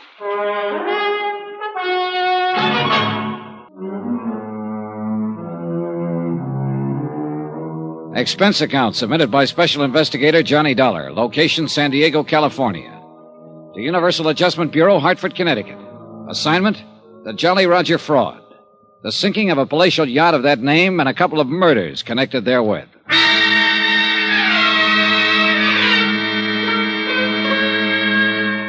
I thought I was going to Southern California for a vacation. You know, a couple of easy weeks at La Jolla, sitting around in the sun, doing a bit of skin diving. Maybe even some personal investigation to see if the publicity pictures of the contents of some of those bikini bathing suits were really true. But I ran headlong into what looks like a very, very fraudulent insurance claim. $460,000 worth. Claimed by an international troublemaker named Paulus Zanagian for the loss of his yacht, the Jolly Roger. Only the crew were aboard when it headed out toward the Coronado Islands on a test run. A tryout for a lot of new radar equipment. After a big explosion that caused the Jolly Roger to burn and sink, only one man came back. I told what I knew about him to Sergeant Franklin at San Diego Police Headquarters.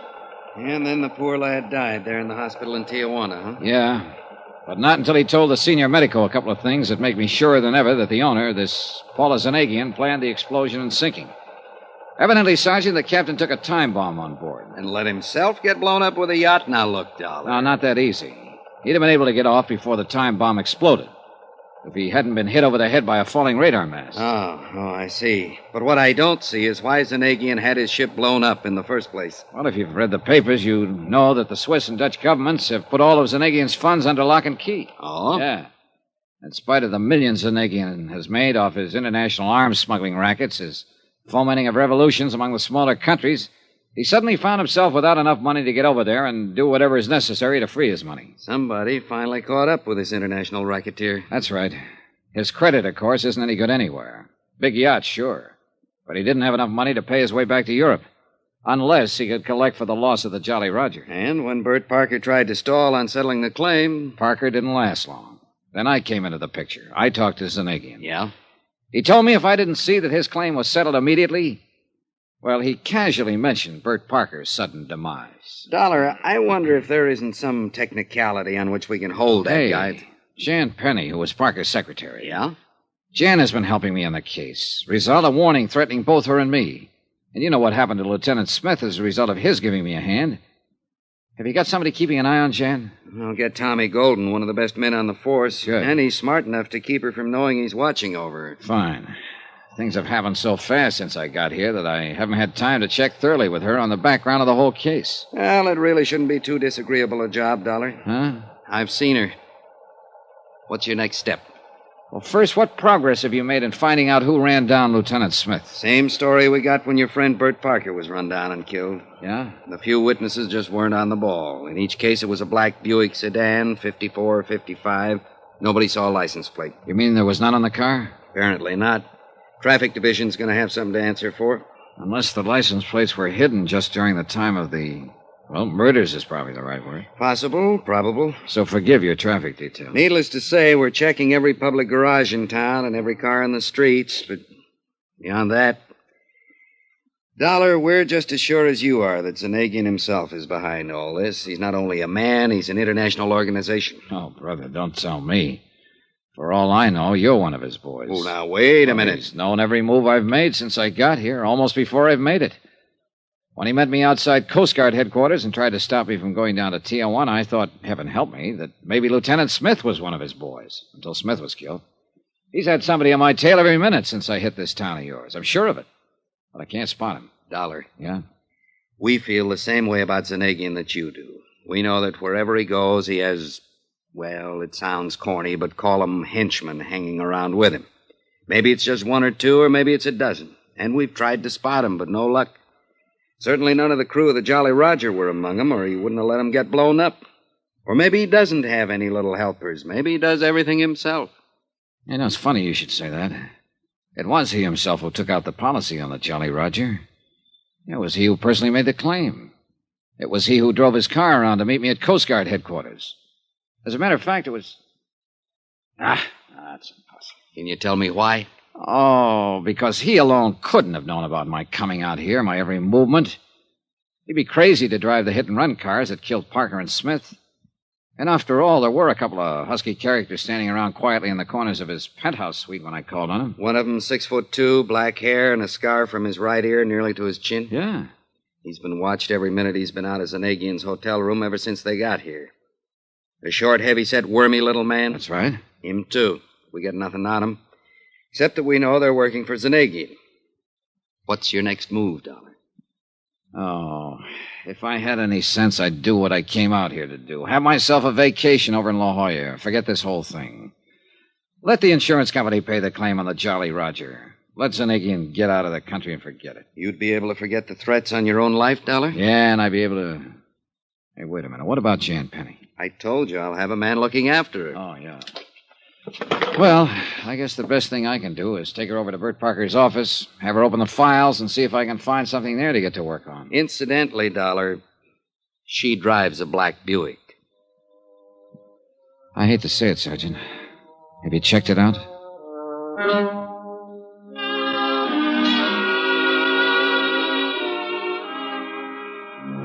I probably shouldn't have thought what I thought about Jan when I asked that question. I was sorry I had when I reached her apartment a few minutes later.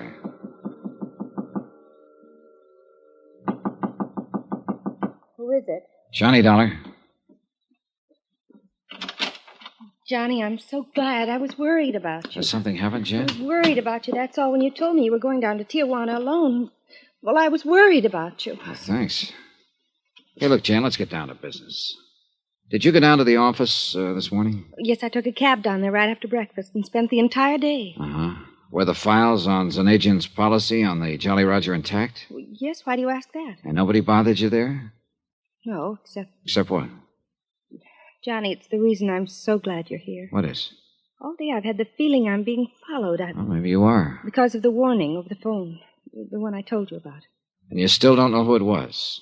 No, but Johnny, the warning was for you, too.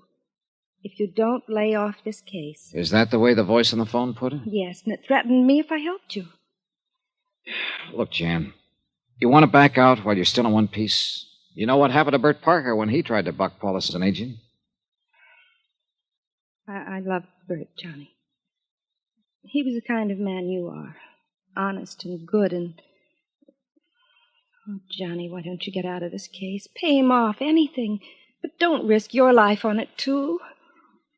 You really mean that, don't you? Oh, you're fine, and don't you see this madman Zanagian will stop at nothing to hurt the people who oppose him.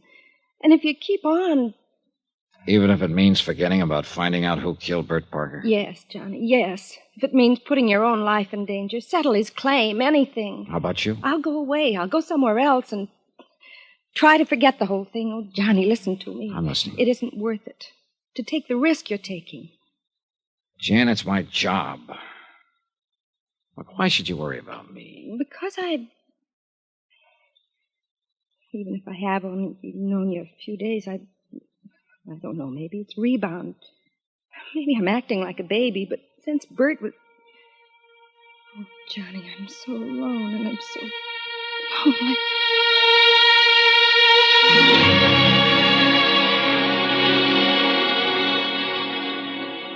Jan was a very pretty girl. Soft, warm, lovely.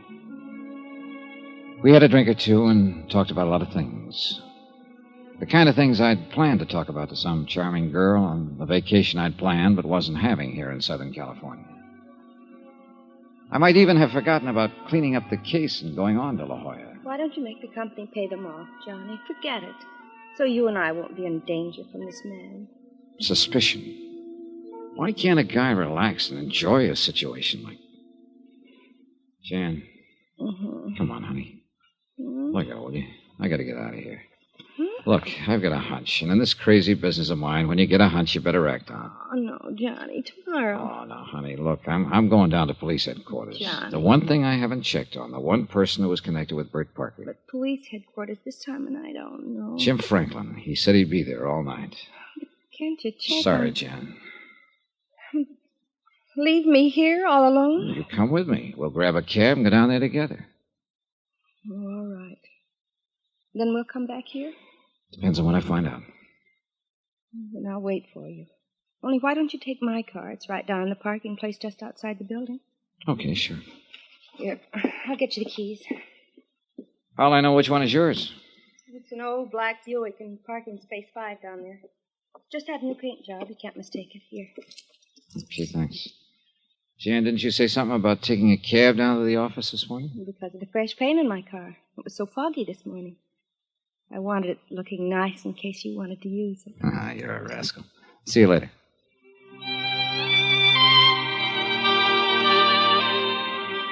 I kissed Jan goodbye for the time being and left. I hadn't the least idea in the world of contacting Sergeant Franklin at that time of night. But I had to think this thing out. Suspicions, pure and simple, about a lot of things that might explain how Zanagian had known my every move since I arrived in San Diego. Yeah, that was it. Get out on the road in the fresh air alone and think a bit. The black Buick was parked in the lot in Space 5, all shiny in its new coat of paint. Yeah, new paint. That might cover up any marks a hit-and-run killer made. I was about to close the door, turn the switch, and take off when I noticed that somebody, the car painter perhaps, had left the hood open.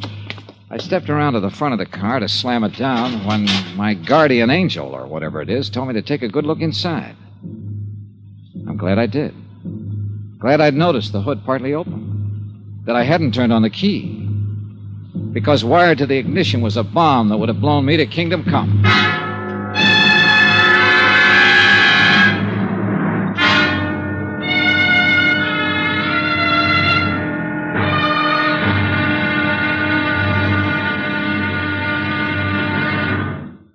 Now, here's our star to tell you about the final intriguing episode of this week's story. Tomorrow, the wind-up, where the obvious becomes only too obvious.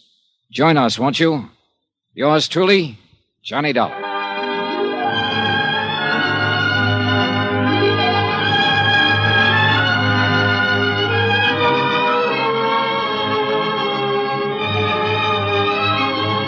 Yours truly, Johnny Dollar, starring Bob Bailey, is transcribed in Hollywood. It is produced and directed by Jack Johnstone, who also wrote tonight's story. Be sure to join us tomorrow night, same time and station, for the next exciting episode of Yours truly, Johnny Dollar. Roy Rowan speaking.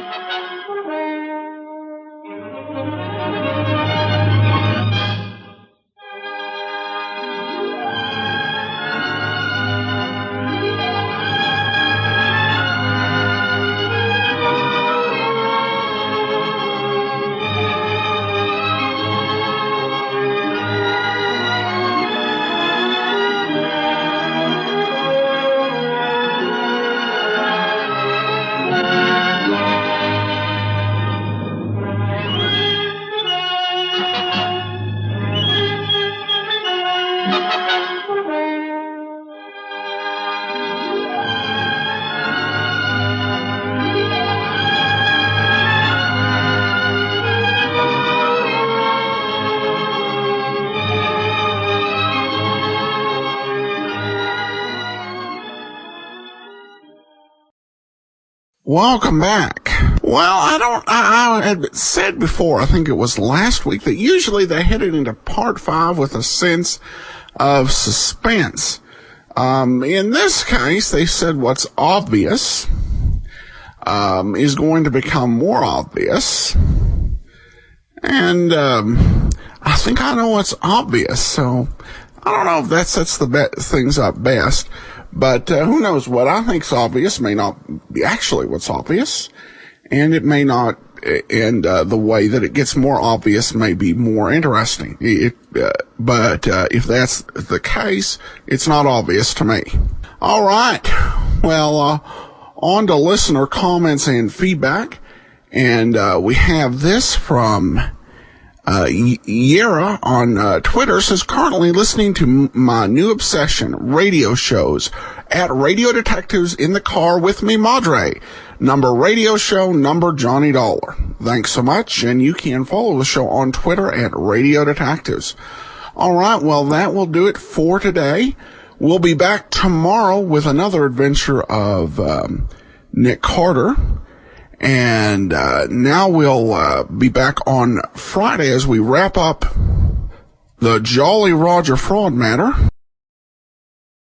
Before we get started, today's program is brought to you by the financial support of our listeners, and among them I want to thank Debbie for her support, and we'll send access to our premium site as we do with all donations of $7 or more, and you can support the show at support.greatdetectives.net. Today's show is entitled The Drug Ring Murder.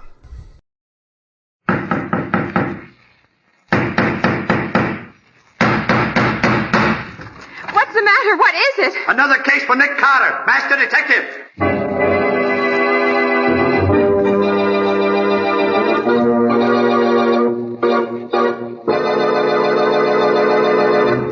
Yes, it's another case for that most famous of all manhunters, the detective whose ability at solving crime is unequaled in the history of detective fiction, Nick Carter, Master Detective. Tonight's curious adventure, The Drug Ring Murder, or Nick Carter and the Mystery of the Left-Handed Killer.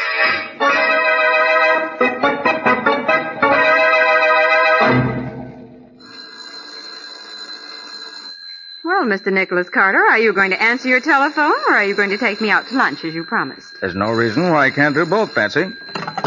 Nick Carter speaking. Nick, this is Riley at headquarters. Oh, how are you, Lieutenant? There goes my What's on your mind? right.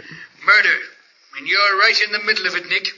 Meet me at the city morgue as quick as you can. I'm waiting here. What's the matter, Riley? Can't headquarters solve this case without me? Who said anything about your solving the case? You get yourself down to the morgue right away, and that's an order. An order, Riley? What are you talking about? The body of a man was washed up on the beach this morning, only he didn't die from drowning. It was murder. Yes? There was no identification on the body. None at all. Except one of your business cards. Nick Carter, private detective. What? I hid the card in my pocket as soon as I laid eyes on it. But there's a chance one of the reporters saw it before I did. Now, do I have to draw you a diagram? You've already done it. I'll be there in the double, Riley. Bye. What's up, Nick? Plenty. Look, Patsy, hold on the office until you hear from me. I'll call you within an hour. I knew you shouldn't have answered that phone. Business before pleasure, Patsy, and right now I've got business at the city morgue.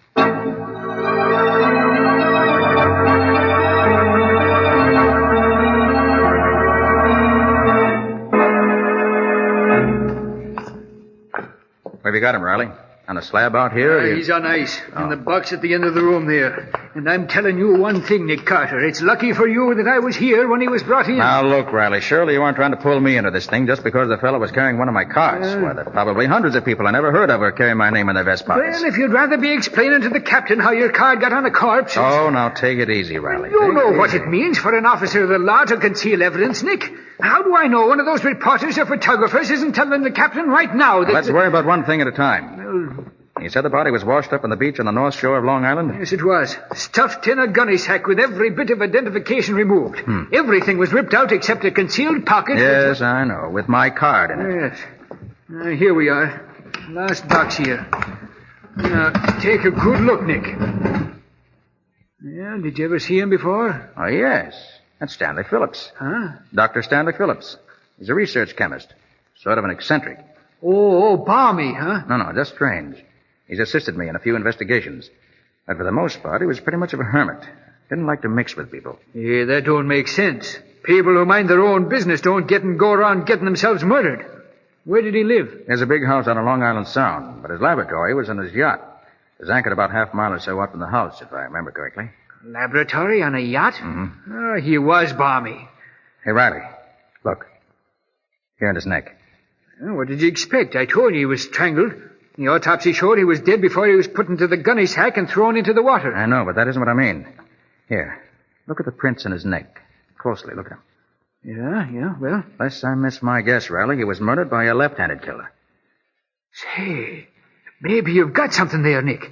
I'll phone the fingerprint expert. Now, wait a minute, Riley. Let me hit the phone first. I gotta be on my way. Hey, now, don't be forgetting you can't take long on this, Nick. The captain will be wanting to question you about your card being found on the body. I can't hold off more than a few hours. Give me those few hours, Riley, and I'll wrap the murderer up in wax paper. Nicholas Carter's office. Oh, hello, Patsy. We got work to do. Yes, Nick? I want you to go through the files and dig out all the stuff we have on Dr. Stanley Phillips. That queer doc who did some work for you once? Yeah, that's the one. Research chemist.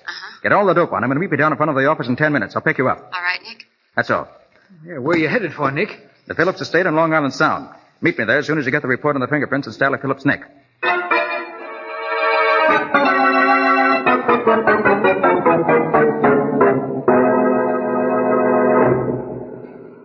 And apparently neither he nor his sister ever married. After the parents died, they continued to live in the big manor house. What did you say the sister's name was? Rose Phillips. Rose. Go on. You know all about his laboratory being on his yacht. Mm-hmm. It's supposed to be one of the best private laboratories in the country. Used to do a lot of research work for big companies. As a laboratory assistant, Tom Marks, young man. And let's see what else. His hobby was writing. Scientific articles they were. Usually about the effects of habit-forming drugs. He had an article in Popular Research last month entitled Morphine Exposed. So he wrote about habit-forming drugs, huh? You know, Patsy, this case might turn out to be more than just an ordinary murder.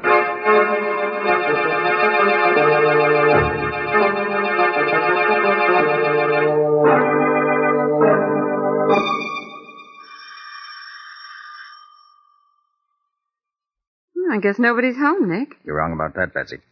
Saw the curtains at the window move.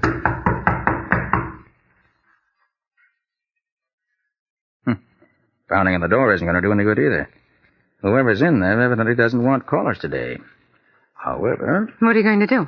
Open the door with this little lock picker of mine. There it is. All right, come on, Patsy. We're going in. I don't see anybody. Stay behind me. Put your hands up. Over your head. She's got a gun, Nick. You're Rose Phillips, I take it, miss? Keep your hands up. I'm asking the questions. Who are you? I'm Nick Carter, and this Nick Carter? Yes. And this is my assistant, Patsy Boone. Nick Carter, the great detective. Well, my brother often speaks of you. He thinks you're wonderful. Nick, she doesn't know yet. Miss Phillips, I'm sorry to have to tell you like this, but your brother is dead. He's dead? Yes. I'm afraid he was murdered. Murdered. Stanley murdered. Now, if you'll just put that gun away, Miss Phillips, we'll talk things over. Of course, Mr. Carter, I'm sorry. This is all such a shock. It was a fiendish killing, and I'm going to do all I can to bring the criminal to justice. You may be sure of that. Oh, Rose. Rose. I'm in here, Richard. Oh. Well, who are these people? I thought Stanley told you never to let strangers in the house. It's all right, Richard. This is Nick Carter, the detective, and his assistant. Oh. Well, that's different. How do you do, Mr. Carter? I'm Richard Coles. I take it you've already heard about Dr. Phillips. Yes. Ghastly, isn't it? I can hardly believe it. The police say it was murder. For the life of me, I can't imagine who would want to murder Stanley. He was a strange man, Mr. Carter, very strange. He had a phobia about not letting anyone in the house when he was away. You seem to manage an entrance all right, Mr. Coles. Well, Mr. Cole's a very old friend of the family and has always had a key to the house. He's our lawyer. Look out, Nick! There's someone at the window. He's got a gun!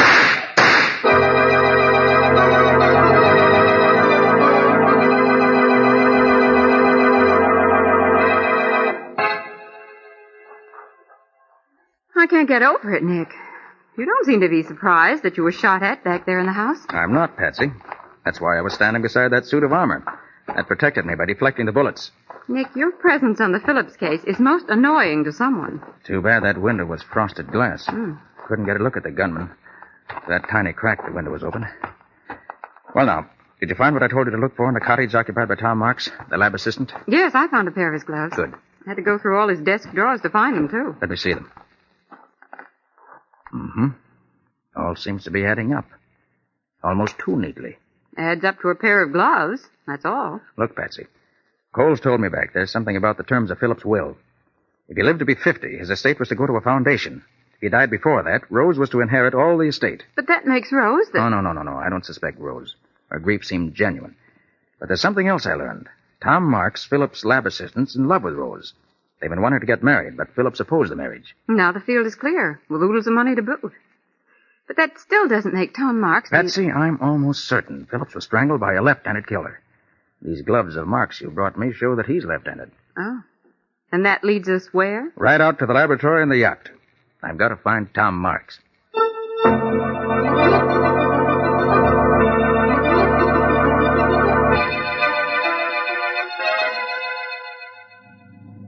Nick, why in the world do you suppose Dr. Phillips had his laboratory way out here in the middle of the Sound? There's no mystery to that one, Patsy. He told me why once. Well, why? So people couldn't bother him. I'd have used his technical knowledge a lot more often on cases myself if it'd been more accessible. Well, here we are. This is the Phillips yacht. I'll tie up here. I've never climbed up a rope ladder before. And you're not going up now either. Not until I look around the boat myself. Oh, Nick, am I helping you on this case or not? You are, but I don't want you taking unnecessary chances. Nick, please. Now, quiet a minute, Patsy. Let's see if we can raise somebody from here. Hello up there! Hello aboard the Phillips yacht. It's funny. Tom Marks is aboard. He's keeping quiet about it. Well, we'll find out right now. You better stay here in the motorboat. And let you solve this case alone? Not a chance. Okay. But stay directly behind me, remember? Phew. Climbing this rope ladder's no cinch. I'm glad I'm not a sailor. Can you make it? Uh-huh. I'm coming. What do you think you'll find, Nick? Tom Marks, I hope. Here. Let me give you a hand over the rail. All right. Oopsie daisy. Oh, thanks. Well, there's nobody to lay out the welcome rug on the deck of this floating laboratory. Well, that doesn't mean we're alone, Patsy. Come on. We're going down this companionway. Okay. If I'm not mistaken, it leads to Phillips' laboratory.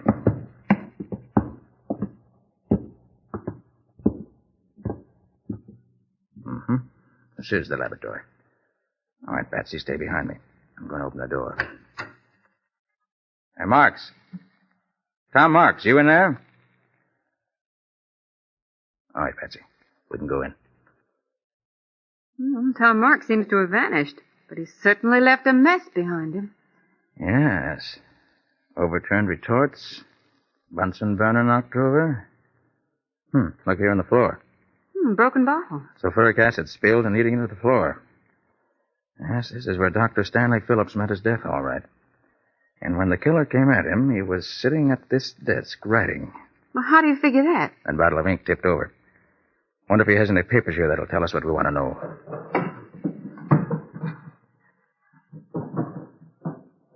No. Desk's been rifled. Everything of any value has already been taken. It still all adds up to Tom Marks, doesn't it? Yep, seems to.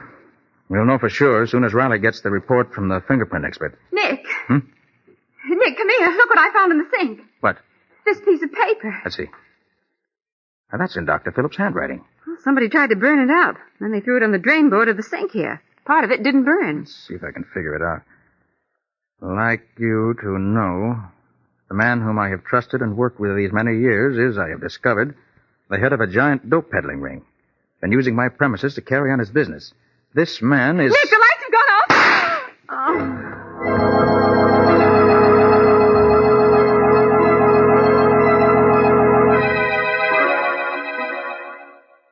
Patsy.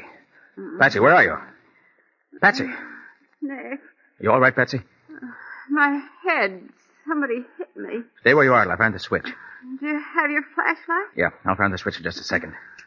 Oh, the lights won't work. They must have been turned off at the master switch in the engine room. And that means there's more than one person on this boat besides us. One of them turned off the lights, and the other one shot at us in here. You were right when you said you felt everything wasn't okay on this yacht. You able to get up, Patsy? Oh, sure. I'm all right now. Just a big hen's egg on my head, that's all. Okay, come on. Nick, did they take the note? That's what I want to find out. Let's see. Flash a light down in the sink. Yeah, it's gone. Yeah, but wait. What are you going to do? Clean up the sink a little. Ashes don't look well scattered around in a white sink. Carefully now. There we are. Now we're ready. Ready for what? To search this yacht from stem to stern.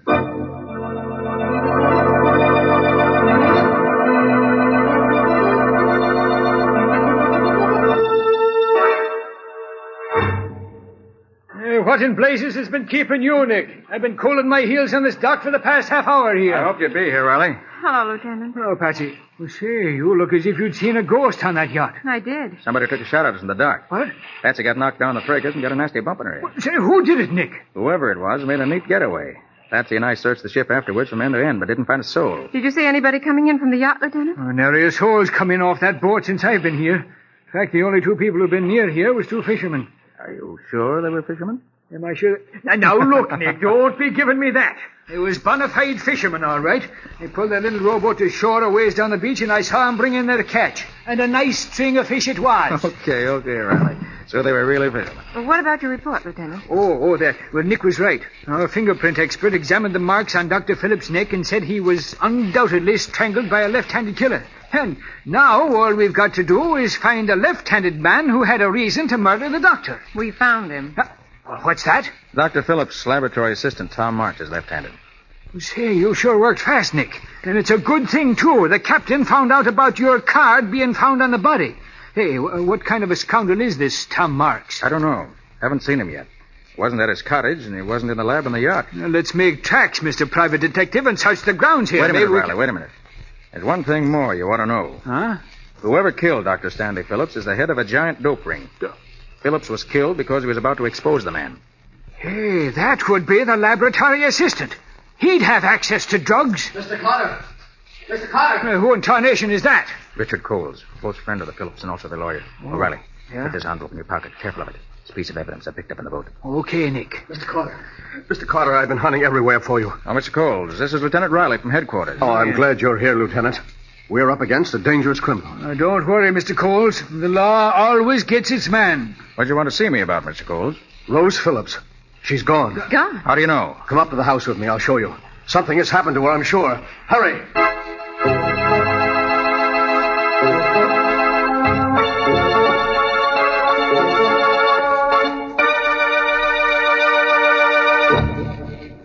Here. This is Rose's bedroom, Lieutenant. Well, somebody was making a fast getaway, all right. Yes. Just look at the room. Clothes strewn all over. One of her suitcases is gone, and this suitcase, half packed, was left behind. She and the laboratory assistant must have been in on this together. If she wasn't guilty, she wouldn't have run away. Oh, she must have been out of her mind. Of course, Rose was in love with Tom, and... Nick. What's the matter, Patsy? What are you frowning at? Rose Phillips didn't run away. What, didn't run away? What are you saying, Patsy? No girl would run away voluntarily and leave all her makeup behind. Well, look at that dressing table. Nothing's been touched. You're right, Patsy. Say, do you suppose... Oh, no. What is it, Mr. Coles? Do you suppose that Tom could have forced her to leave? You mean kidnap her? Yes. Well, he won't get away with it. I'll call headquarters and have a cordon thrown around this entire district. We'll catch Tom Marks before he gets to the next town. Good idea, Riley. Do that. Well, Mr. Coles? Yes, Mr. Carter. I guess Lieutenant Riley has his case all sewed up. His men will have Tom Marks and Rose Phillips within the hour. Well, Mr. Carter, it was nice of you to take such an interest in my friend's death. Would you care for a cigarette? Oh, no, thanks. You, Lieutenant? Why, sure. I don't mind if I do. Of course.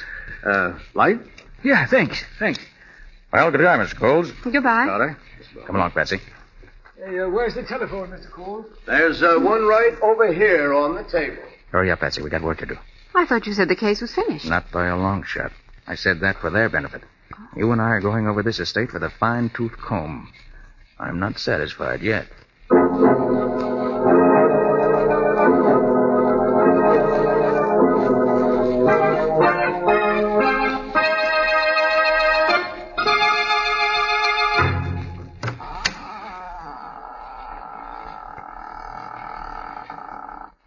You see anything, Nick?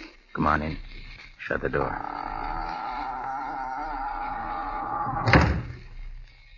Do you think anyone saw us headed for this boathouse? I hope not. Oh, be careful here. Don't step off in the water. Nick, there's a small speedboat in the water. Wouldn't you think they'd put it in dry dock so late in the season? Depends, Patsy. Look up there, mounted in the bow. A machine gun. Mm-hmm. This boat was used for business. Gee, who'd ever think a quiet little chemist like Dr. Phillips kept a mounted machine gun on a speedboat? I believe this setup down here was news to Dr. Phillips, too. Hold on to my arm. We'll look around. Oh, Nick, don't step on the fish. String of fish, huh? Well, Nick, those fishermen Riley saw must have come in here. Patsy, this catch isn't fresh. What? Those men used this string of dead fish just to fool Riley. And those were the men who made trouble for us on the yacht. Yeah, they must have been. Well, plenty of life preservers stacked up in here. Yeah, that's strange. Here, Patsy, take the flashlight and play it on this one. Okay. Well, what are you doing, taking it to pieces? No, just examining it. Aha! There we have it. What? A small waterproof pocket's been sewn in here. Yes, and it extends all the way around inside this life preserver. Pretty clever. Look, Patsy. What is it? These secret compartments are filled with dope. I bet every one of these life preservers is filled with drugs. Nobody would ever think of looking in a life preserver for evidence. I think Dr. Phillips did. And that's why he was murdered.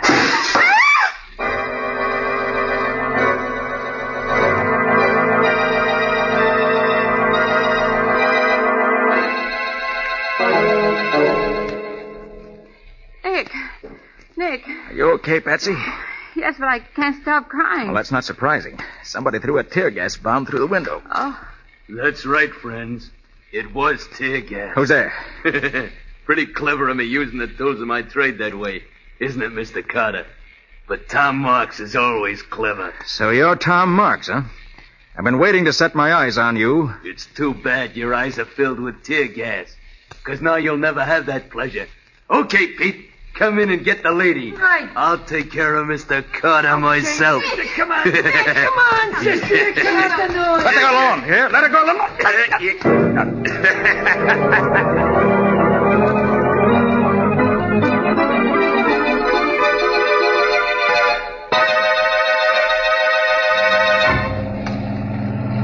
You got those iron weights in the bag, Pete? Sure, both of them. This guy'll never be washed up on a beach like the doc was. Good. See you tied a bag good and tight. You know, I think he's passed out. He ain't moving none. I did a job on him before we put him in the bag. Listen to that dame, will you? Sounds like a hoot owl with a cold in the head. Shut up. Oh, tighten her gag, Pete. Okay. That'll do it. Hey. Say, Carter ain't dead. What does it take to kill that guy? I choked him like a rat and he's still talking. All right, speak your piece, Mr. Carter, because you don't have much longer. You're not going to get away with this. You hear what he said? I'm telling you. I doubt it, Mr. Carter. You're going straight down to Davy Jones' locker. You'll pay for this. I'll have you behind bars within 24 hours. Listen to him. What do you fellas think you're going to do with Patsy Bone? He's worrying about a dame when he's going to lose his own neck. Go easy with her, I'm warning you. Come on, let's get rid of him. Okay. It's dark enough now. All right. You got him? All right, lift him up. That's it. I'll get you fellas for this. 2, 3, let her go!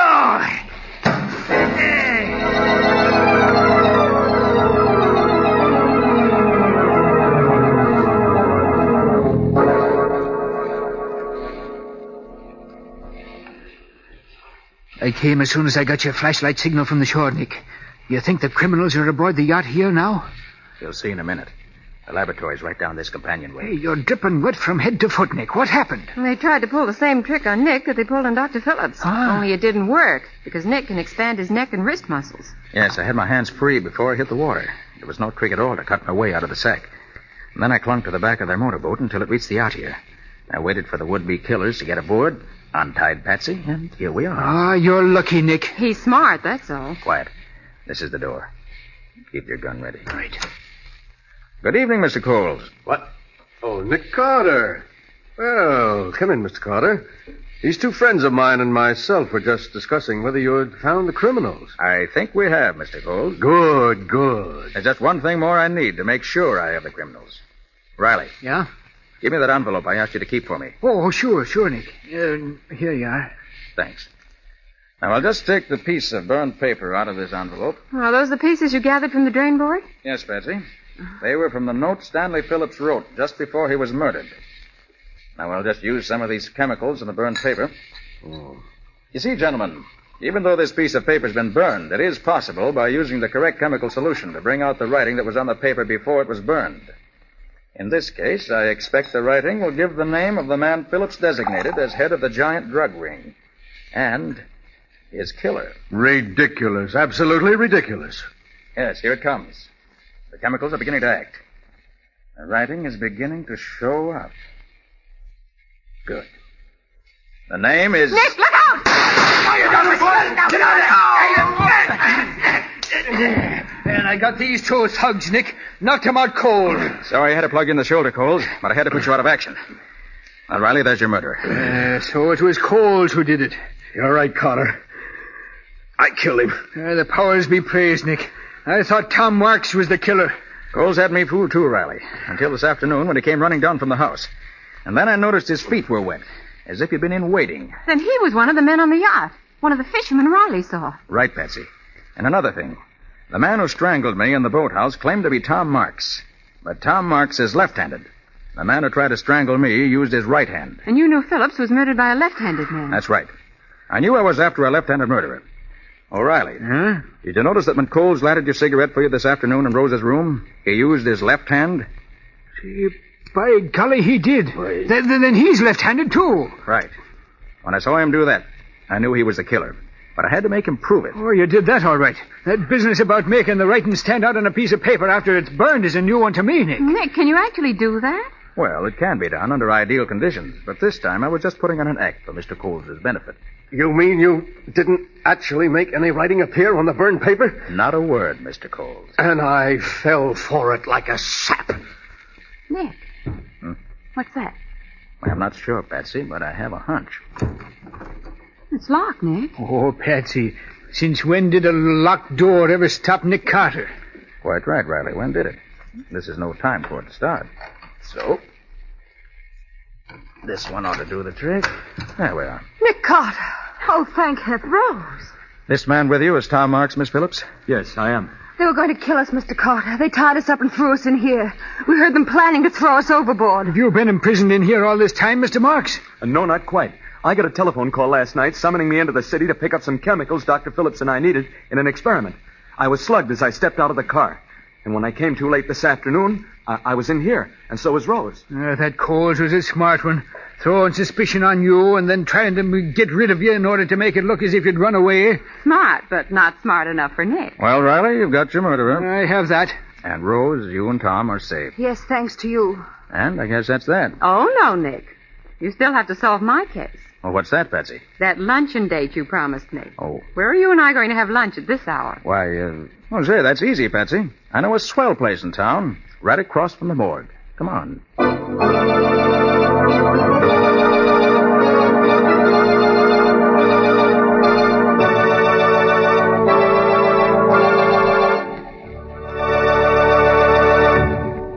This was another strange experience of Nick Carter, Master Detective, called The Drug Ring Murder, or Nick Carter and the Mystery of the Left-Handed Killer.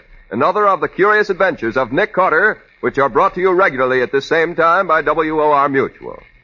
And now, Nick, what can you tell us about next week's story? When a young man who was a very good friend of mine arrived in town to claim his bride, he suddenly became aware that she was not the girl to whom he'd become engaged. You mean she wasn't his fiancée? That was the question that started off the whole case. Yes, indeed. Because we couldn't be sure whether the girl he loved was really the girl he loved, we prevented 2 murders and saved a gigantic fortune from disappearing. But you didn't save me from disappearing, Nick. Oh, quite true, Patsy, but after all, you weren't gone very long before we found you. But I'm sure glad you found me when you did, or I might not be here now. So long, folks. Get the rest of the story next week. Right. So long. And so long to you, Nick and Patsy. In the strange adventure you have just heard, Nick Carter was impersonated by Lon Clark, Patsy by Helen Choate. The story was written for Nick Carter by Barth Conry. Original music was played by Lou White. The entire production was under the direction of Jock McGregor.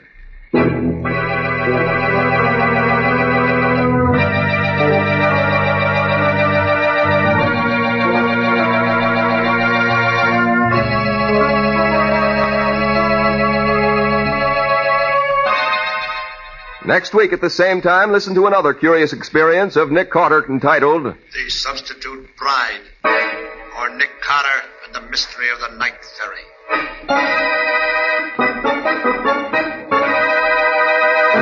This story is a copyrighted feature of Street and Smith Publications, Incorporated. The Return of Nick Carter is produced in the studios of WOR and is broadcast over most of these stations every Wednesday evening at 8:30 Eastern War Time. This is Mutual.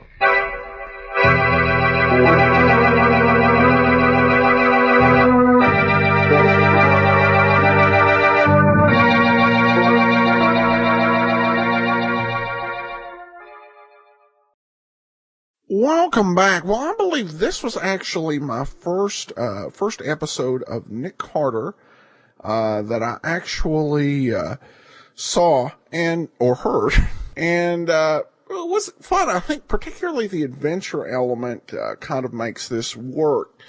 To me, the prime solution of who done it, while I wasn't sure of all the intricacies, just the way the actual villain behaved, just the characterization, I think probably more the acting than anything else, really gave you a sense that this is really probably the villain. Nick brings kind of the pulp feeling to it, which I think is really, you have just a lot going on here. So great adventure, mystery, not so much, but in some of the other weeks it's a bit better. All right, listener comments and feedback. We start out with Debbie, who writes, thank you for all your hard work. I listen to every episode, and I miss hearing them on the weekends. I guess that means I'm hooked. Thank you. Well, thanks so much, Debbie. We do have great detectives of old-time radio on Saturday, and I've been having them on Sunday as well for several weeks, though taking a break from that until we get to about our 1100th episode special. Appreciate you listening and supporting the show. Cheryl comments, Hi, Adam. I've been listening to your program since its inception and love it, commentary at all. Love how you pay the programs from beginning to end. I'm especially glad to hear that Philip Marlowe's coming up. Like you, it's my very favorite. I think the best. I wanted to ask if Broadway's My Beat is on your lineup. I would love to hear that from start to finish. Another favorite program, though it's not really a detective series, is Rocky Jordan. I own all that's available on CD, but would love to hear the beginning series, which I think were 15 minutes and took place in Istanbul prior to Cairo. Do you have access to the early programs? Thanks again. Love what you do. Well, thanks so much, Cheryl. First, in answer to your question regarding Broadway is My Beat, I do have it on my list of programs to do. It's going to be a while till we actually get to it. I made a list of the shows with the biggest, most programs in circulation. Number 1 is yours truly, Johnny Dollar. Number 2 is Dragnet. Number 3 is Boston Blackie. Number 4 is Let George Do It. Number 5 on the list is Broadway's My Beat. Upwards of 160 episodes, so it takes about 3 years to get through, so we have to clear a lot of time on the schedule. Not so many episodes for Rocky Jordan, and I do consider that eligible for the series, and I have it on my list. In terms of the early episodes of Rocky Jordan was originally, you're right, it was in Istanbul, and the title of the series was A Man Named Jordan. And it was a 15-minute serial. Like a lot of the 15-minute serials, it just didn't make it too long. There are 2 episodes in circulation. However, there are 2 episodes from 2 different, basically not tying into a complete storyline. So it's not something I could play.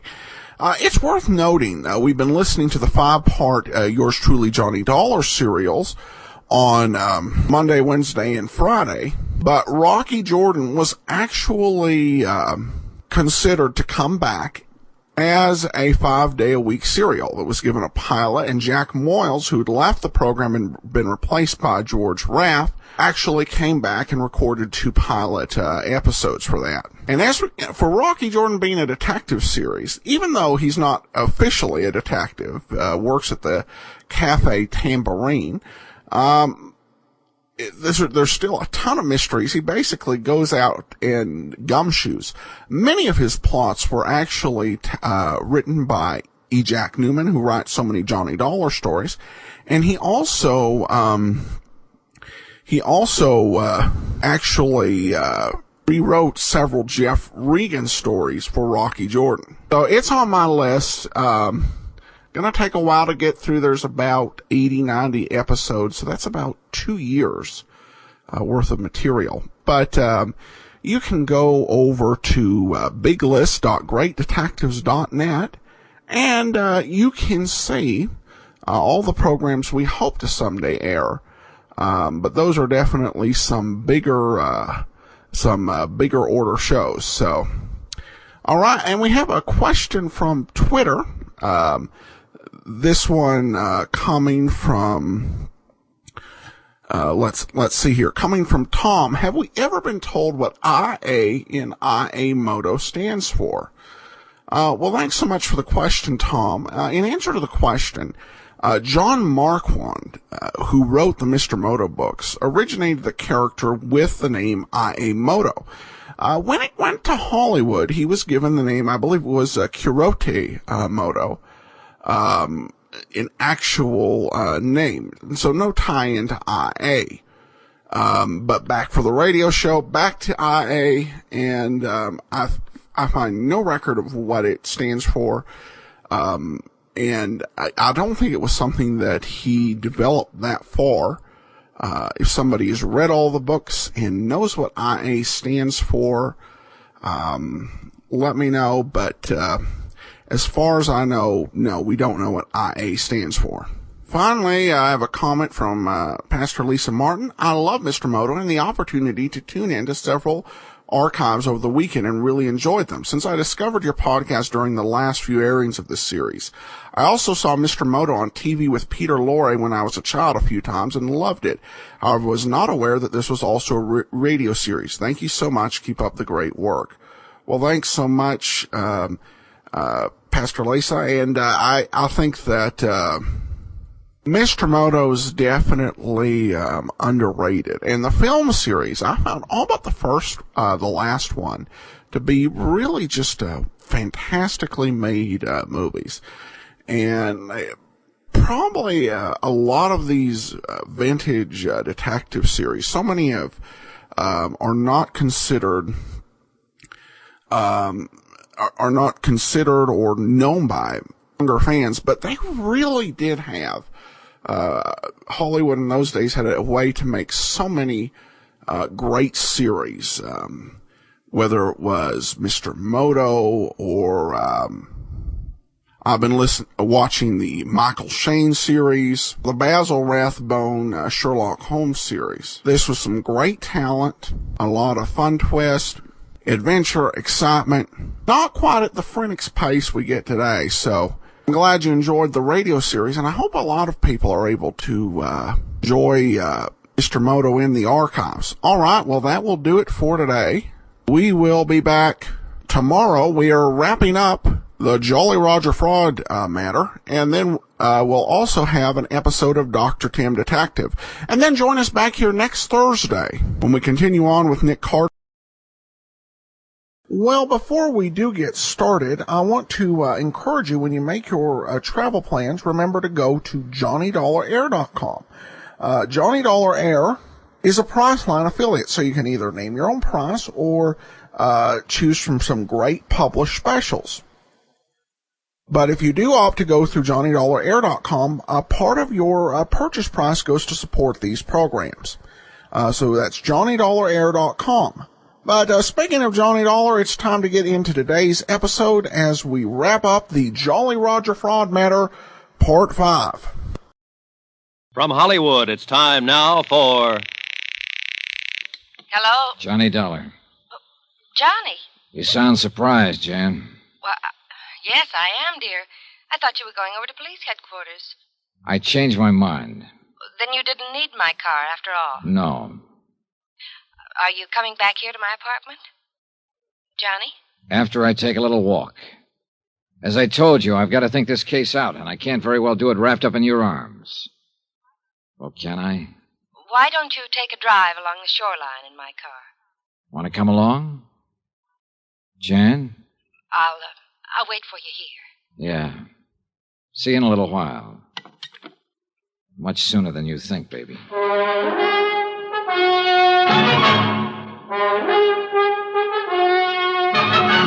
Tonight and every weekday night, Bob Bailey in the transcribed adventures of the man with the action-packed expense account, America's fabulous freelance insurance investigator. Yours truly, Johnny Dollar.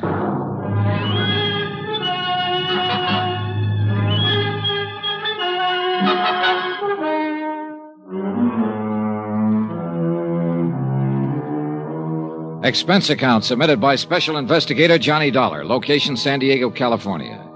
To Universal Adjusters Bureau, Hartford, Connecticut. Assignment, the Jolly Roger fraud, including the loss of a palatial yacht and a couple of murders. Expense account item 12, phone call. And one thing I didn't tell Jan Penny was that I was calling her from a booth right on the ground floor of her own apartment building. Another was the reason I changed my mind about borrowing her car to drive to headquarters for a talk with Sergeant Franklin. Oh, I'd gone out to the parking lot and climbed into her car, all right. But as I was about to insert the key to start it, I noticed the hood wasn't closed down tight. That saved my life. For wired to the ignition, I found a booby trap that would have blown me to kingdom come if I'd even turned the key. After hanging up on Jan, I hopped upstairs to her apartment and pressed an ear against the door. No, he didn't. Because he just phoned me from somewhere outside. But he said he's coming back here, and I tell you, you'd better come over here. No, he just said he's going for a walk. Of course I can handle. All right. I went back to the first floor to the phone booth and called Sergeant Franklin. You think Jan Penny's in with Zanagian on this whole deal? Tell you this, I don't like what I think. Look, Sergeant, I'm going back upstairs to talk to her again. Talk, did you say? Yes, talk. I'm going to lay it all out to her, tell her what I suspect and why. If I can break her down, okay. If I can't, well, I misjudged her. Lucky stiff. Huh? I've seen her, Johnny boy. What's that supposed to mean? I hope you have misjudged her for your sake. What? Reconciliation. What a lovely way to spend the rest of the evening. Look, you dope. Go to it, boy. And happy hunting.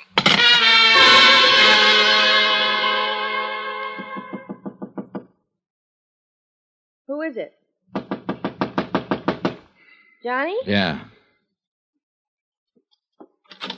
My, that was a short walk. But I'm glad. Are you? Or are you sorry I didn't stay away longer so you could get some help? Help? Sit down. Sit down, Jan. I want to talk to you. Oh, how masterful. Here? As you know, I didn't borrow your car after all. Sit next to me, darling, and let's continue from where we left Because off. Fortunately, somebody goofed, left the hood partly open. Closer, Johnny. That's why I discovered the booby trap that would have gone off as I turned the ignition key. Closer, Johnny. Booby. What are you talking about? That's why you didn't hear the expected explosion right after I left you. Oh, no. Then they are after me, too. The warning over the phone. If I didn't stop helping you in this case, they... Oh, Johnny, what'll I do? Johnny! For one thing, take your arms back to yourself and move over to your own corner of this couch so I can pull a gun if any of your pals suddenly... Ah, my dear Mr. Dollar. Zanagian. I fear it's too late. Artiz here will pull the trigger if you so much as move a hand toward your gun. He's an excellent shot. Yeah, I'm sure he is. Awkward coming in the service entrance, but I was concerned lest your phone call in the lobby might have been to the police. Here now, permit me to take charge of your gun. Just a minute, Zanagian. I shoot. Yeah, thank you. Oh, yes, this is Artiz, the man I've had following you since your arrival here in San Diego. You don't recognize him, dear boy? Yeah, I keep him from seeing me. You never know I follow him. Oh, yeah, Artiz, you've been pretty good at it. But as long as we've been introduced now, why don't we shake hands? Go back, or I shoot. Oh, and he would, my boy. And I believe you call it a silencer, would obviate any undue noise. Wouldn't you be happier if he did pull the trigger, Zanagian? But I wish to talk with you, dear Mr. Dahl. I don't think we have anything to talk about. Oh, but we have. You see, dear boy, I'm curious to know why you suspected Jan here of complicity in our little plan. Lovely girl, isn't she? Pretty obvious, isn't it? Now? Oh, forgive me. I realize in a situation like this, it is usually the detective, or in this case, the insurance investigator, who at the point of a gun extracts a confession from the, shall we say, criminal. However... Okay, I'll tell you. Apart from the threatening phone calls, which nobody but Jan seemed to know about. Terrible story for her to make up. You warned me in the beginning you'd have somebody tailing me while I was here in San Diego to make sure I didn't spoil your plan to collect some $460,000 insurance on that yacht you burned and sank out near the Coronados. Quite right. But I must ask you to be brief in case that phone call you made was to the police. You see, with only Ortiz and Jan left of my staff and crew, I can't very well afford to... Sure, that call was to the police. That's why I'm trying to stall you with a lot of talk. Thank you. For if that were true, dear boy, you would never admit it. But do continue. All right. I've been followed before. I know, or at least I hope I do, every trick in the book for dodging a tail. Too good. Ortiz, you shouldn't admit he got away from you. Yeah, too good. But now I make him sorry. Ortiz, please. I wish to hear more from Mr. Dollar, and I wish to speak to him. As a matter of fact, dear Mr. Dollar, there is really no need for you to continue. You are a very intelligent young man. Well, thanks. You realize that no one but our little Janet could have provided me with all the information I had. You're coming out here to investigate the sinking of the Jolly Roger, your touching deathbed scene with Mr. Parker, your conversations with Lieutenant Smith of the Coast Guard, and... she did dispose of him quite well, didn't she? Jan? Who else, Johnny? Who else could have run down Bert Parker without leaving him? You ought to have your neck... No. Ortiz, please. I wish to talk with Mr. Dahl. No wonder you insisted I drive your booby-trap car tonight. Really, darling, I'm glad that you didn't. Because if you'll listen to... Yes, dear boy, listen to me. You are intelligent, as I said before. You even learned why I am in immediate need of funds, so that I may finance a return to Europe and free the money of mine that has been frozen there. Millions, dear boy. And as the lovely Janet will attest, those who work with me share with me. It's true, Johnny. Regardless of his reputation, when it comes to the people who will work with him... Like the crew of that yacht and whoever else was working with him. He admitted that only you and this trigger-happy character here were left. Oh, tools, my dear boy. Quite unlike the intelligent colleagues such as yourself and Janet, whom I wish to keep close to me. Oh, artist boy, that means you better watch your step. What do you mean? Nothing, artist, nothing. My dear Mr. Dollar. Yeah, I get it. All I do is report that your claim should be paid, and I'm on your team. And you will never regret it. Not only money, more than you ever dreamed of, but... Janet, my pearl, you do like our Mr. Dollar, do you not? You dirty rotten. Oh, get back. You admit you sank the Jolly Roger yourselves, Zanigin. But of course. And all the men who went down with it. What had to be done? Even the little cabin boy. Oh, yes, dear boy, yes. Both he and the crew on the Jolly Roger were in danger of upsetting my plans. They had to be eliminated. But you, dear man, please, do not stand in my way. Much as I like and respect you, if you do, you will leave me no choice but to eliminate you. Even as I had to rid myself of Parker, the Lieutenant Smith, the cabin boy. Look, Zanigin, what if I were to say, okay, I'll go along with you? Aha. To say the least, it would get me out of this present pickle I'm in. And much more. I still wish that gorilla of yours would aim his gun the other way. Oh, Ortiz, I think you might relax a bit for the moment. But I watch him. Go on, dear boy. Okay. What kind of assurance do you think you'd have that I wouldn't double-cross you? There is the factor of fear. Fear? Oh, my dear man, don't you see? The choice is as simple as this, and the choice is yours. You either accept my offer now, or you accept a bullet from Artist's gun. The latter I would regret exceedingly. Not only because of you, I like you, but because it would mean temporary interruption of my plans, a quick trip across the border to avoid being found when your body is discovered, and the necessity of devising some other means for attaining passage to Europe. But far more formidable problems have been overcome many times. Dear Mr. Dollar, I do not wish to have to discuss this further. So tell me... Zanagian, I have good news. Yes? For me, not for you. You mean you refuse? No, dear boy. No, I mean you aren't going to have to discuss this any further. You won't be able to. But, my dear... Much as I'd like to tie up this case with a big fancy ending, a real dramatic tagline... I do not understand you, all of dear your boy. long-winded confession a minute ago might just as well have been stated in court. What? As a matter of fact, you'll probably hear it in court, word for word. I do not understand. You and this homely trigger man of yours aren't the only ones who know about the service entrance to this apartment. Hollis! What do you mean? You may as well give up quietly, because the gentleman standing in the doorway directly behind No! you is Sergeant Franklin of the San Diego... Oh, no, you don't, Artie. I've been wanting to crack it of yours. No, please! Do not hurt me! Help! Please, please!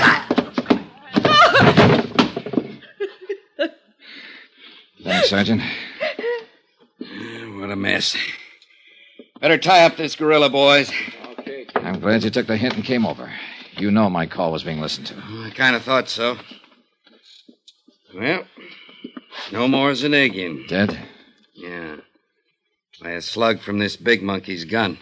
If I'd known he was that bad a shot, I might have tried to jump him earlier. Come on, Artis. Up. After the way you hit him, he'll sleep for a long time. Well. Johnny. Huh? Johnny, listen to me. Oh, shut up.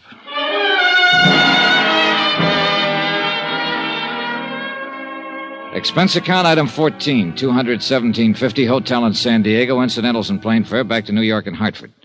Expense account subtotal $523.23. I'll give you the rest when I finish my vacation in La Jolla, the one you promised me. Remarks? The fabulous crooked empire of Paulus Zanagian is kaput, the same way it happens when every man who tries to break the rules of international law and order. You might almost have called it death by his own hand. Though, of course, little Artie will be made to pay for it. Jan, same thing, I guess.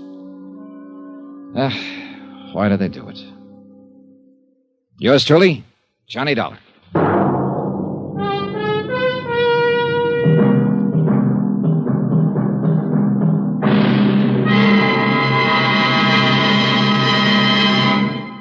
Now, here's our star to tell you about next week's exciting story. Next week, vacation. And a beautiful romance that turned out to be a prelude to murder. Join us, won't you? Yours truly, Johnny Dollar.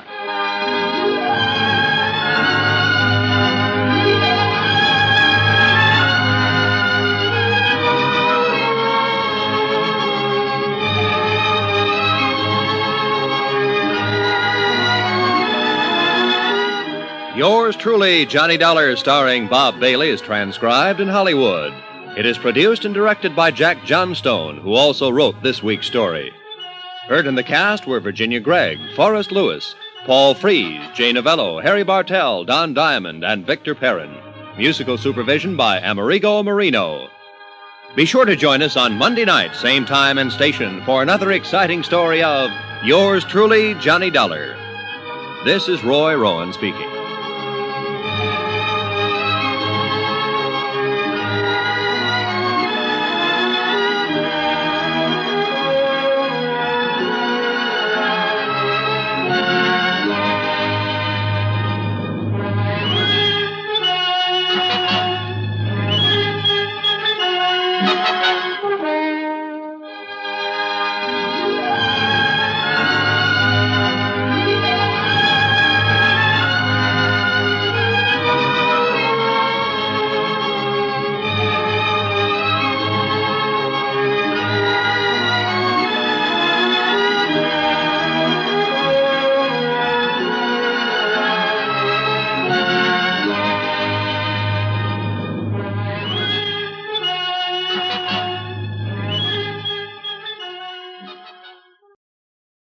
Welcome back. I have to say, this was has not been my favorite serial so far, because really it just came off weak. It seemed to be going somewhere through the first three parts, and then just kind of fell apart a bit in parts 4 and 5. It just became kind of obvious, and you can definitely tell Johnstone wrote this as opposed to most of these ones which were written by E. Jack Newman or adapted from it. This one tried, but not quite. But there's always another episode. All right.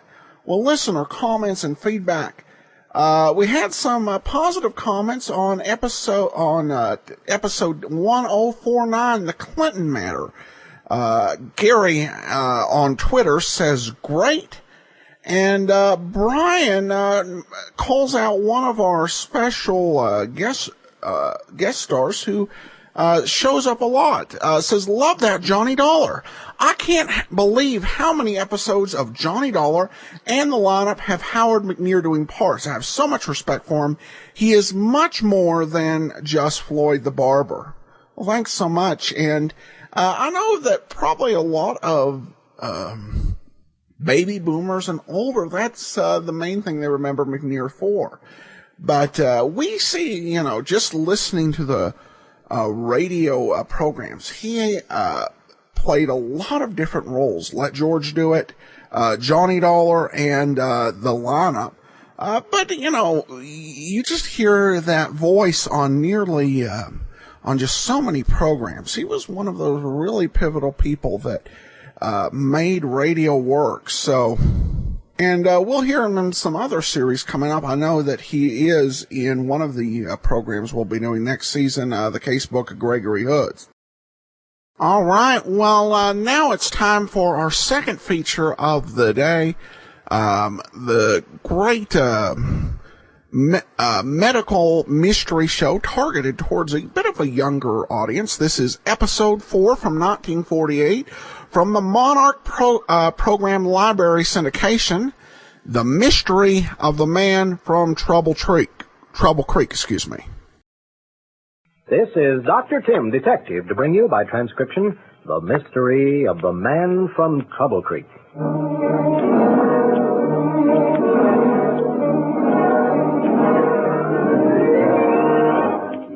It was Jill, my landlady's daughter, who first brought the case to my attention. You see, Jill and her pal Sandy have helped me out on a lot of my cases, which are usually of the sort where mystery and medicine are combined.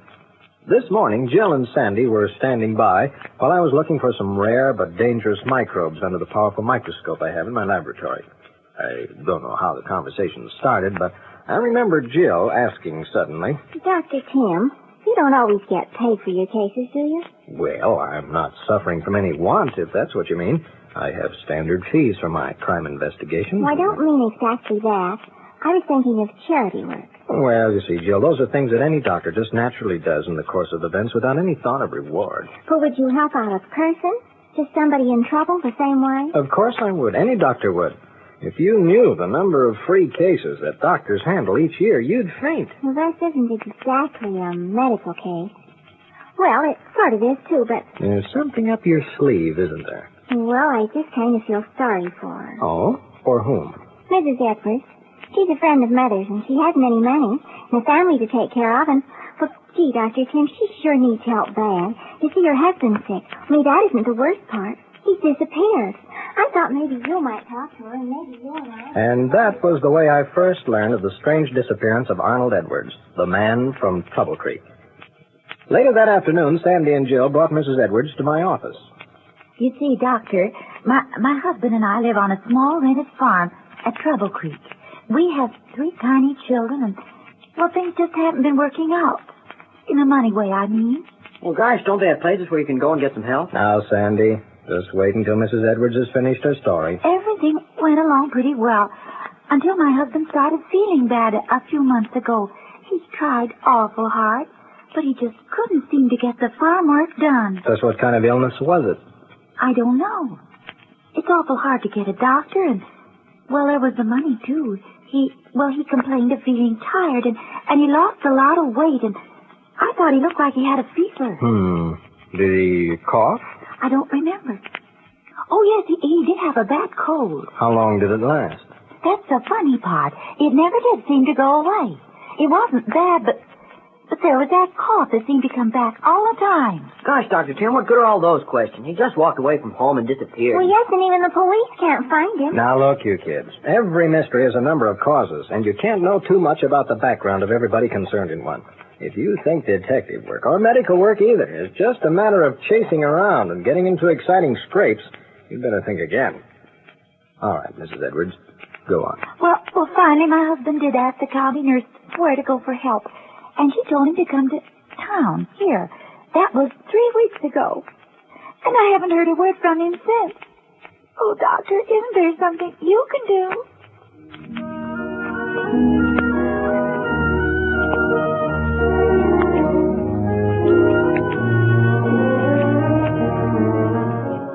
Well, there I was.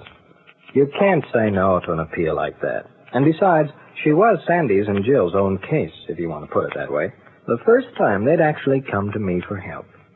I may be a sucker, but I just can't seem to turn down people in a jam. Mrs. Edwards was staying for a couple of days right in the house as a guest of Jill's mother. So I decided to find out as much of the picture as I could. First, I called the Missing Persons Bureau of the police department. Sure, Doctor, anything you want. You've given us enough help in your time, but I'm afraid there's nothing here on it. The usual routine investigation. Yes, we've checked the hospitals, the morgue, looked in on the missions for destitute men, Salvation Army and all that. No luck. After all, the man isn't a criminal, and there isn't very much to go on. Yes, you're welcome. I tried a few leads of my own, including a telephone call to the county nurse. But she was away on vacation. I was sure she must have given Edwards a card or letter to some specific medical agency. And so the next thing to do was to make a thorough check of all those. On the 4th call, I found what I wanted. Yes, Doctor, we gave him an examination. His skin test, x-rays, a thorough checkup. Yes, tuberculosis. A pretty advanced case, too. No address except the farm at Trouble Creek. No, he came back in person, and we advised him of what the matter was and what to do. He disappeared. Well, that's odd. No, I haven't the slightest idea. Yes, you're welcome.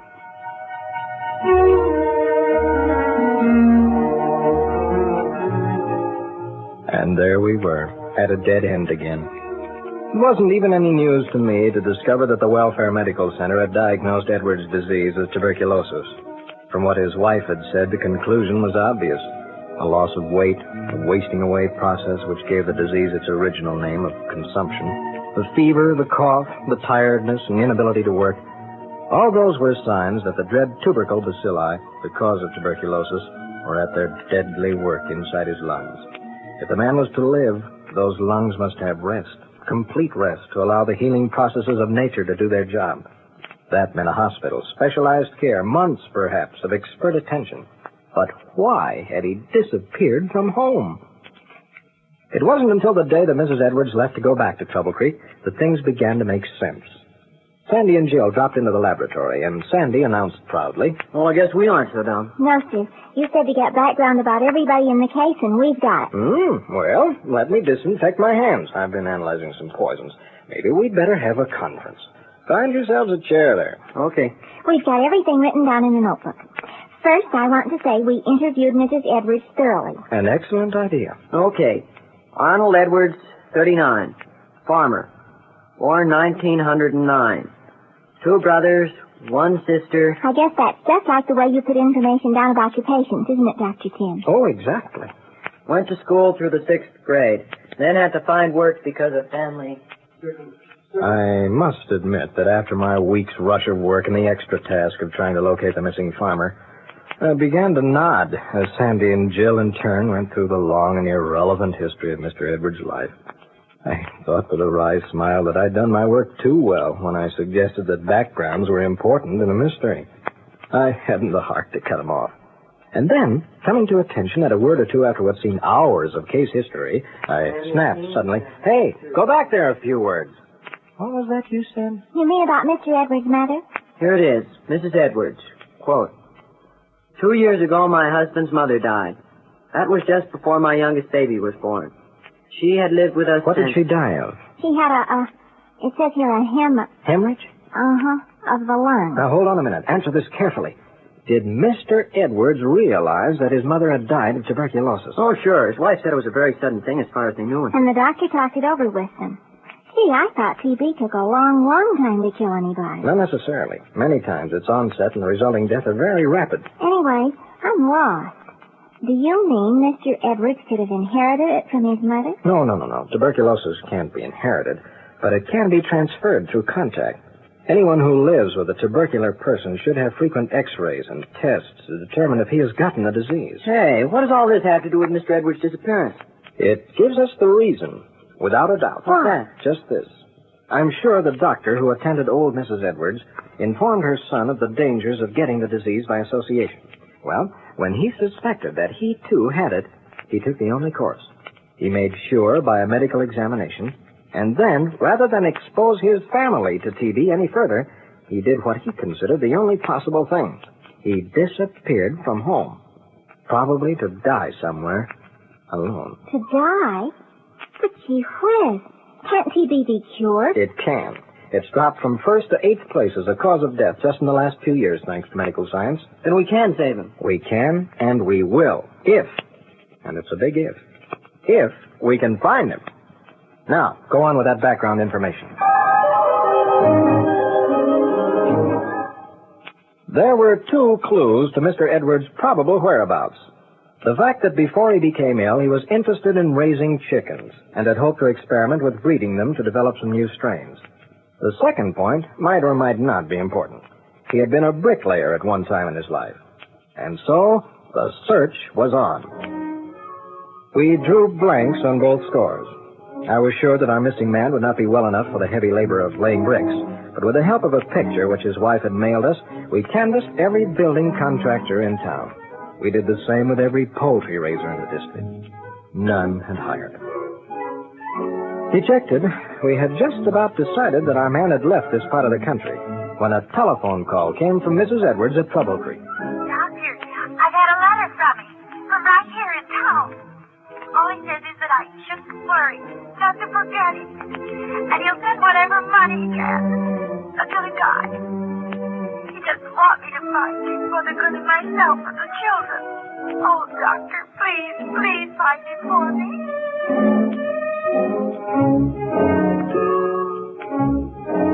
By this time, both the kids and I were frantic. I'd spent so much time on the case that my regular work was growing into a mountain of back-breaking labor. And the farther away from a solution the matter looked, the more determined I was that I was going to save a stubborn human being from the death that would surely come unless I could find him and persuade him to enter a hospital for treatment. The doggone fool, I thought. Doesn't he know there are special hospitals right here in the state for TB patients who can't afford to pay? It had been over a week since our search had started. Was it possible that it was such a short time? Wearily, I threw myself onto a chair and tried to think. Sandy and Jill knocked quietly at my door. Come in. Nothing new, I guess, huh? No, Gosh, we feel kind of like Heel's not helping any. I guess there isn't anything else to do. I'm afraid not, kids. We thought maybe we'd go see the state fair. Tonight's the last night, and I'd sure hate to miss all the roping and the rodeo and the exhibits and everything. Yeah, it's really going to be a Lulu. Want to come along? Oh, I'm afraid I'm too tired, kids. You go on. You wouldn't have to do much of anything. If you don't want to watch the show, you could just wander through the exhibits and think. Hardly anybody's there when the show's going on in the arena. Well, sure. They have lots of interesting things.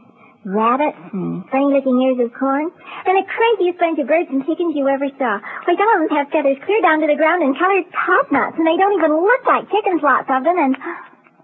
Chickens! Good gosh, do you suppose... Don't even stop to talk. Get me my hat and coat and let's get in that car, but fast. It's our last chance.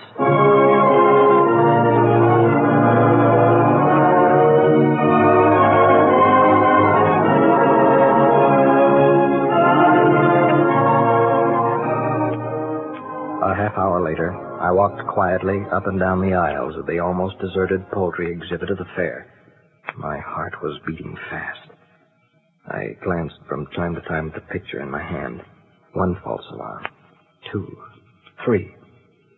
And then... You look lost, mister. Is something I can do for you? I work here, and if there's anything... Yes, there is. I have a message from your wife, Mr. Edwards. Now, I don't want you to say a word. I want to talk to you about finding a hospital that will cure you. All those lungs need is a rest. Simple surgery, if needed, can do much to make you a new man. Your family have been examined and haven't taken the disease. Your wife is heartbroken, and your kids are crying for you. So how about it, fella? Shall we talk?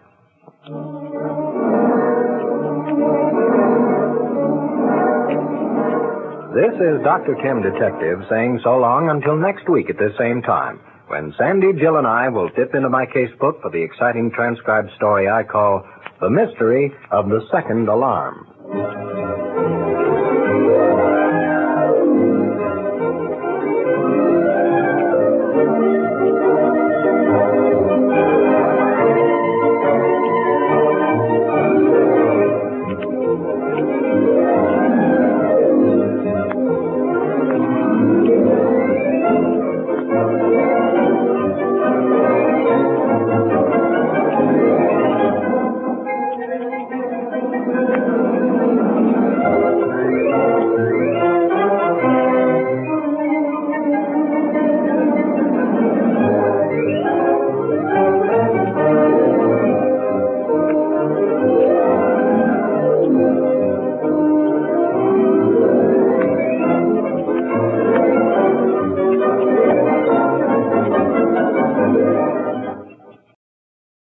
Welcome back. Well, kind of working in a current issue for 1948, along with missing persons case, and I think a very interesting approach and a good way to educate the public.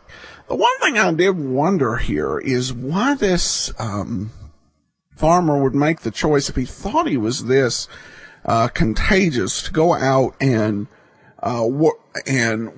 You know, it just seems like putting a lot of people at risk, even if they aren't related for you. So kind of some odd choices, but at any rate, I'm looking forward to next week's episode. I don't think I've actually listened to it before, so I hope you'll be back with us for another episode of Dr. Tim. Okay, now some listener comments that have kind of gotten lost. Some people email me, or they go on Facebook and they try to contact me without any sort of friend relationship. So they sent some comments that kind of got lost. And there was one critical one that was funny. I got this. Actually, Rick commented on Facebook, "Please, for God's sake, get that voice off the Sherlock Holmes. You know, show your ignorance every time you open your mouth. Nails on a blackboard." The funny thing was, I actually got that after I'd stopped doing the Sherlock Holmes portion of the podcast once we finished those. But on a much more nicer note, I received this from Bob. Adam, I've never met you, but I'm a big and faithful fan of great detectives. Best wishes, and keep up the good work. You are appreciated and are a valued part of my daily routine. All the best, Bob. Well, thanks so much, Bob. And if you do want to get in contact with the show on Facebook, I do encourage listeners to like our Facebook page at facebook.com/Radio Detectives. If you send a Facebook message to me and I'm not in a friend status, it basically goes into a message folder called Other. And if you're on Facebook, you have that folder as well.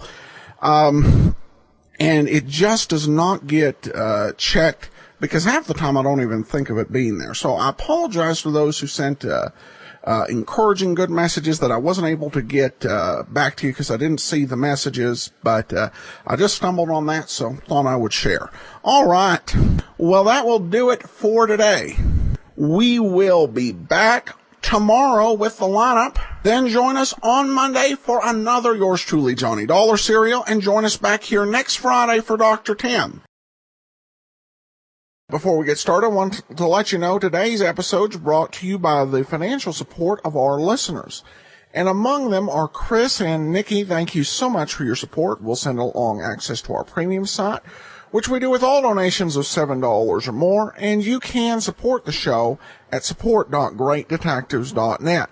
Also, over at greatdetectives.net this weekend, I offer up my review of the out-of-print Michael Shane book by Britt Holliday, Murder by Proxy, and on Sunday, my thoughts on the ITV adaptation of Sad Cypress. Both of those will be available at greatdetectives.net. And you can also subscribe to my articles on Golden Age entertainment and detective fiction at Amazon.com to have the item sent automatically to your Kindle, and you can try that out free for 2 weeks. Well, now it's time. Actually, I should preface this.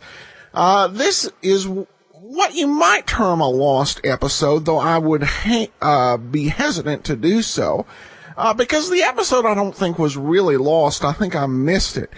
The lineup as a program has been a bit messy. I've basically had to kind of collate the series from 3 different websites. Really trying to get as many episodes as possible and trying to be as complete as possible. Well, I found one website where today's episode was listed, but it was actually a duplicate and not really a unique program. So I discarded it. But there was another website that I collated it from where this episode really was located at. I hope I haven't lost you yet. But I found the real episode, and this is a, I guess, overlooked episode on my part. And the title of the program is The Check Killer Case. And it is actually a Matt Greb case.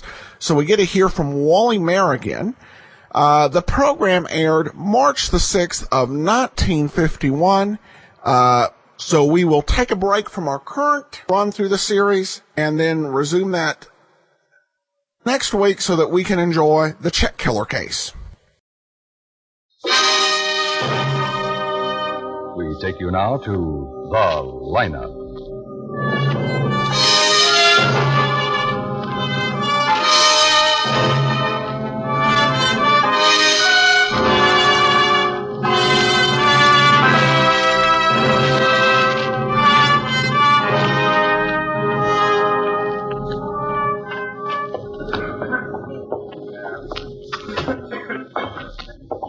Hi, Ben. Hey.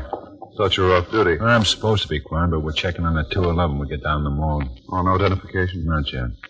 Be another hour or so. Thought I'd stop in and see what you got. Nothing big.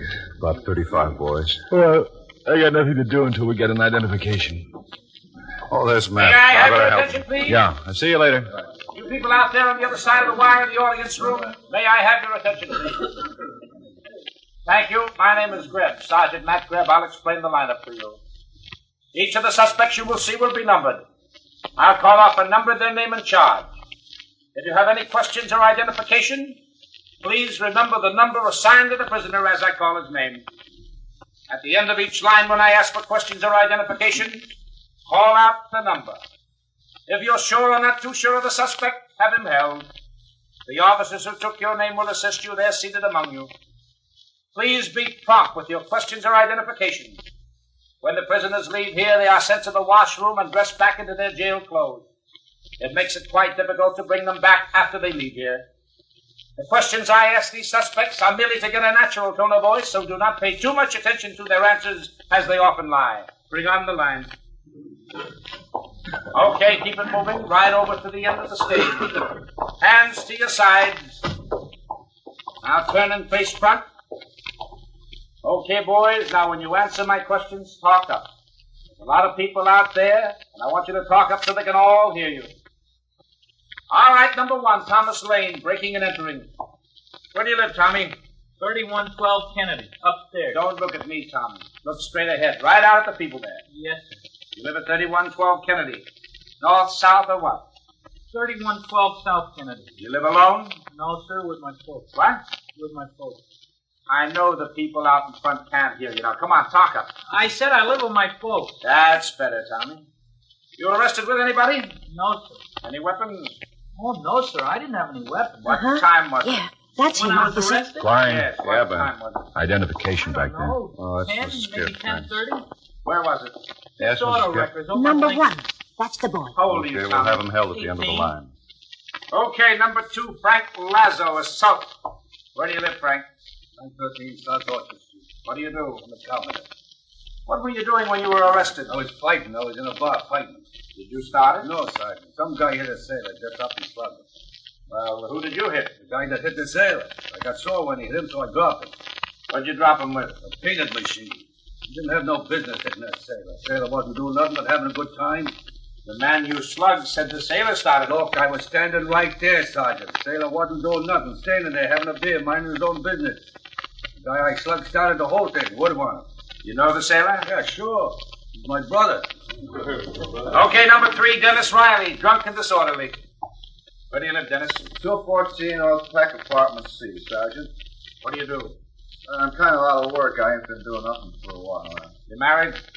Sure, what do you think I'm here for? Because you and 3 other guys caused some trouble.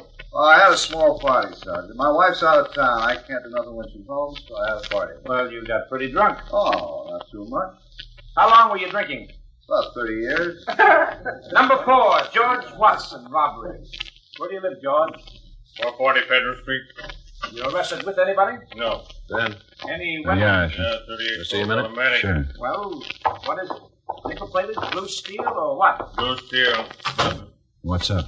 We got something on that 211. Identification? Well, not yet, but I've got an old tramp downstairs. Says he saw the man killed.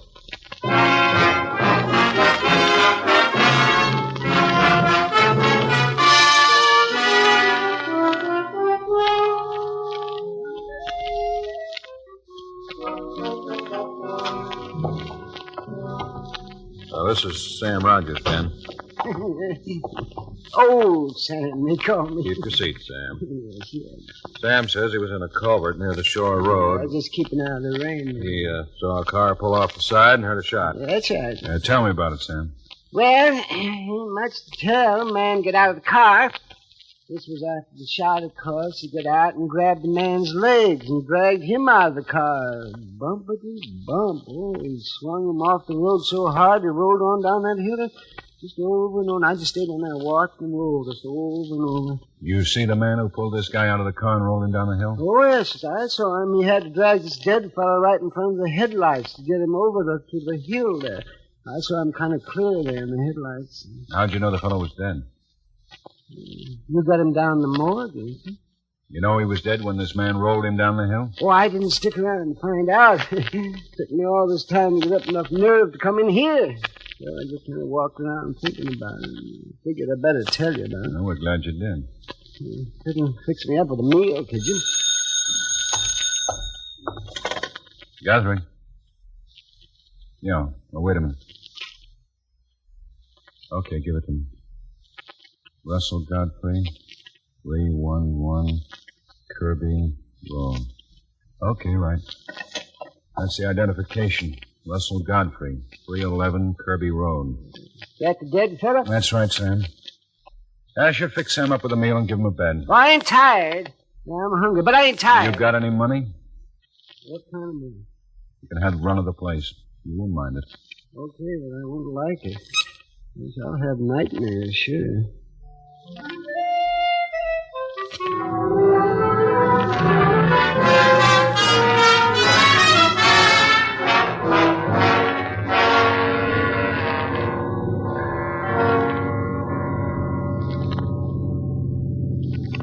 I can sure do without this rain. We need it. Yeah. Well, come on, let's get it over with. Yeah.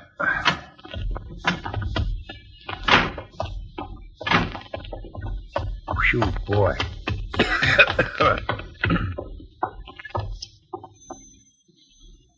Somebody ought to try to figure out a waterproof cigarette. Russell? Oh, I'm sorry. I was expecting my husband. I'm Lieutenant Guthrie, Mrs. Godfrey. Lieutenant? And this is Sergeant Greb. Police? That's right. Something's happened. May we come in? Yeah, of course. Mrs. Godfrey, we'd like to ask you a few questions. Question? Yes. Your husband was shot. Oh, no. There's no other way of telling you this. I've got to tell you the truth. You mean someone killed him? Yes, ma'am. Someone shot him. Oh. Mrs. Godfrey. Mrs. Godfrey, do you have any friends or a member of the family you'd like us to call? My mother. Yeah, call my mother. What's the number, Mrs. Godfrey? Mrs. Klein, Madison, 33446. Mrs. Klein, Madison 33446? Yes, yes.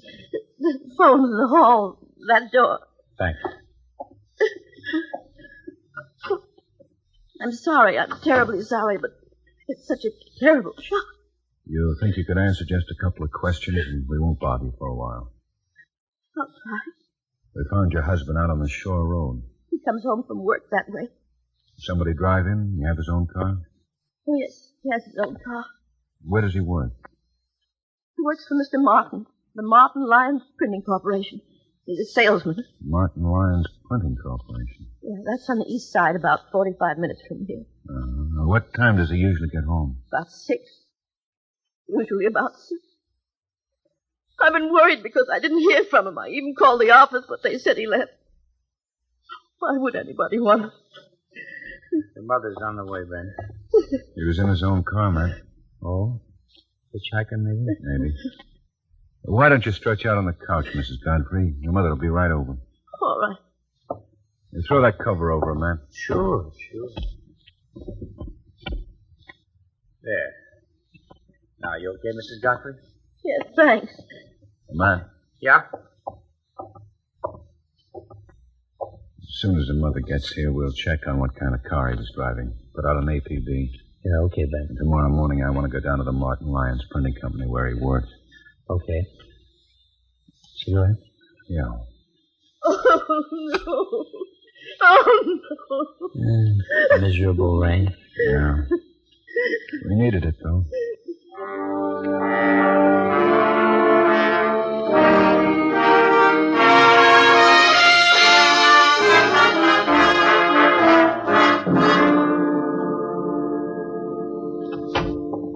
Guthrie? Yes, Mr. Martin. This is Sergeant Graham. Sergeant? How are you, sir?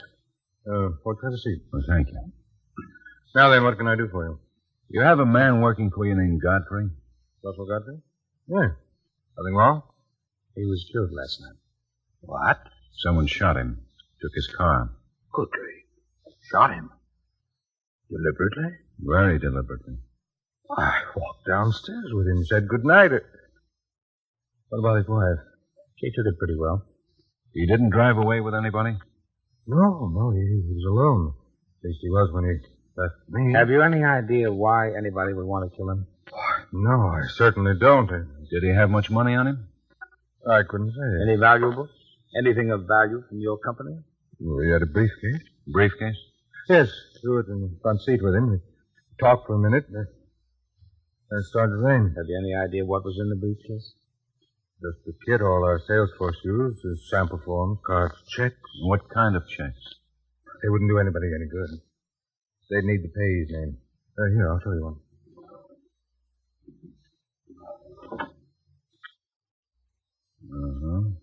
Besides the signature, they'd need to be signed by the officers of the various companies whose signature is acceptable to the paying bank.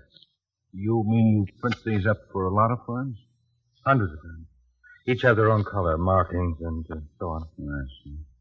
Well, who could cash these checks besides the banks? Don't they have regular check cashing services? Oh, yes. There are a number of them in the city. Lieutenant, you don't think Godfrey was killed for these checks? Yes, I do. There are a lot of people who work pretty hard trying to make crime pay off.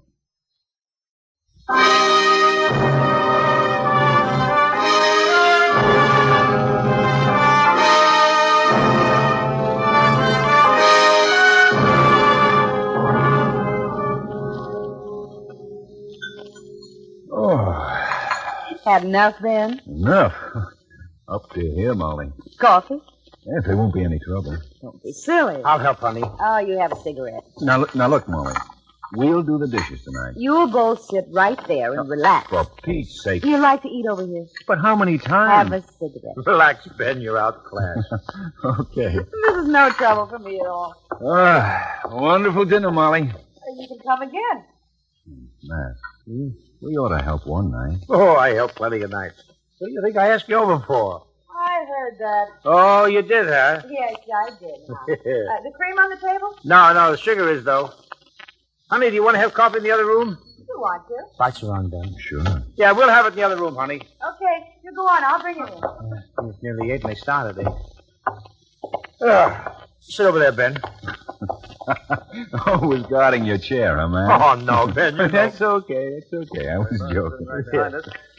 Who's fighting? Some of the best fighters in the game.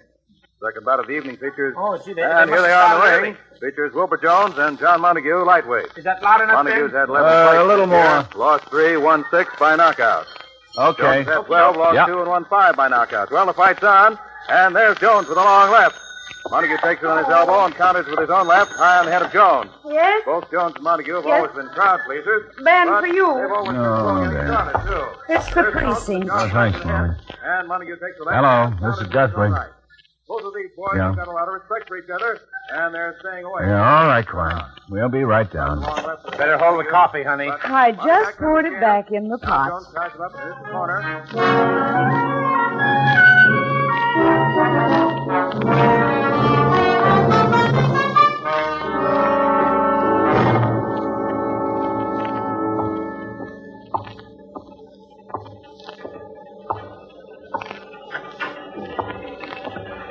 Hello, Ben. Sorry to drag you out. That's okay, Clyde. This is Mr. Webb, Lieutenant Guthrie, Sergeant Greb. Mr. Webb? Mr. Webb is president of the firm whose name was cut in as a check. Oh, just one check cash? That's right, Lieutenant, yes. Here it is, Ben. Uh-huh. And which one of you men cashed the check? We questioned the teller. He doesn't remember the man too well. Thinks he might identify him if he saw him again. Made out to Arthur Fisher. No one on your payroll by that name, Mr. Webb? No, sir. $258. Deductions and everything. You did a good job. Yeah, too good. Somebody's certainly familiar with Mr. Webb's business. We're running a check on all the employees. Uh-huh. Have you seen Mr. Martin and Princey? Yeah, we're doing the same with all the employees in his shop. How'd you spot this as a phony? Well, Baxter's check cashing service called me. Baxter had read about that man being killed and the check stolen. He knew our payday and remembered it wasn't today, and so Mr. Baxter called me. Oh, whoever cashed that thing certainly got careless. Doesn't look like it was planned so well after all.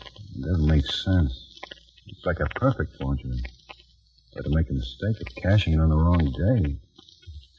Might have gotten away with it if it's gone in with a lot of other checks. Yeah, sure something. Oh, excuse me. Why? Yeah, he's right here. See you, Ben. Thanks. Guthrie. Yeah? Yeah, where? Okay, right. Got Godfrey's stolen car spotted. Parking lot on West Colfax.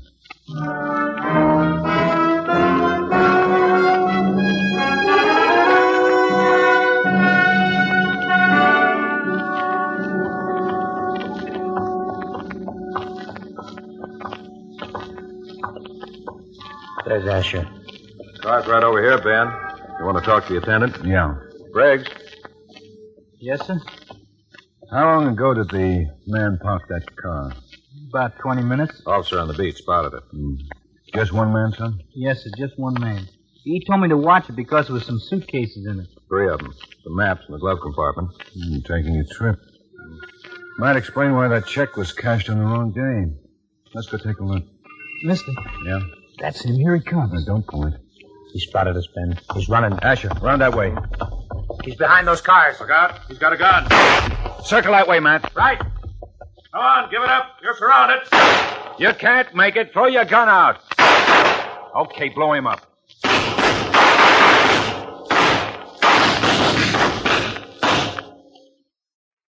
Ben. Yeah?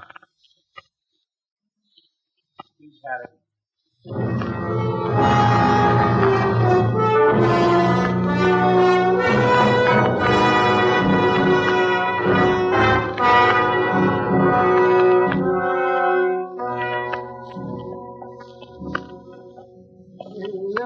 it's bad enough staying in the tank, but coming down here. Yeah, well, we need an identification, Sam.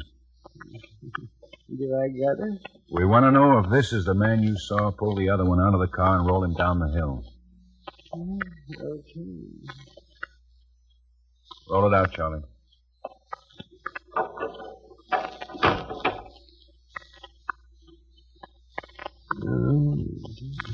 Well? What do you mean, No, that ain't the guy.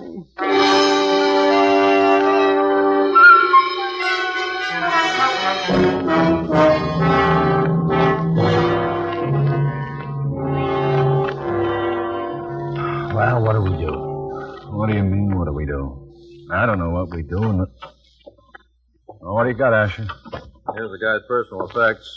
Driver's license and the wallet. Name's Bishop, Frank Bishop. Check the files, no package on him. And what about the FBI? Oh, we're waiting for a kickback now. Yeah, nothing much here. No. How do you think he figures? No guy's gonna pull a gun like that unless he's mixed up in something that might get him a lot of years.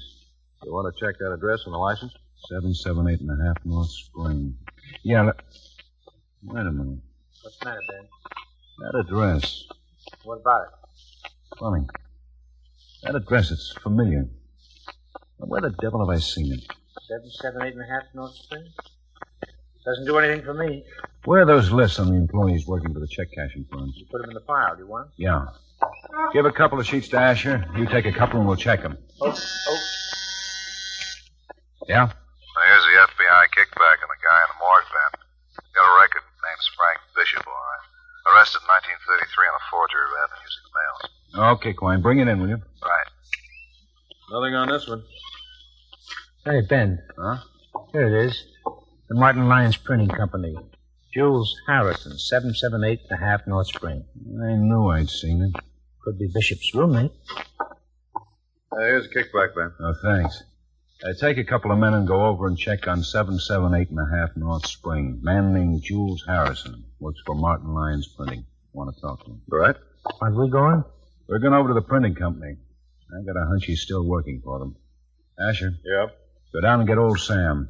We'll want an identification.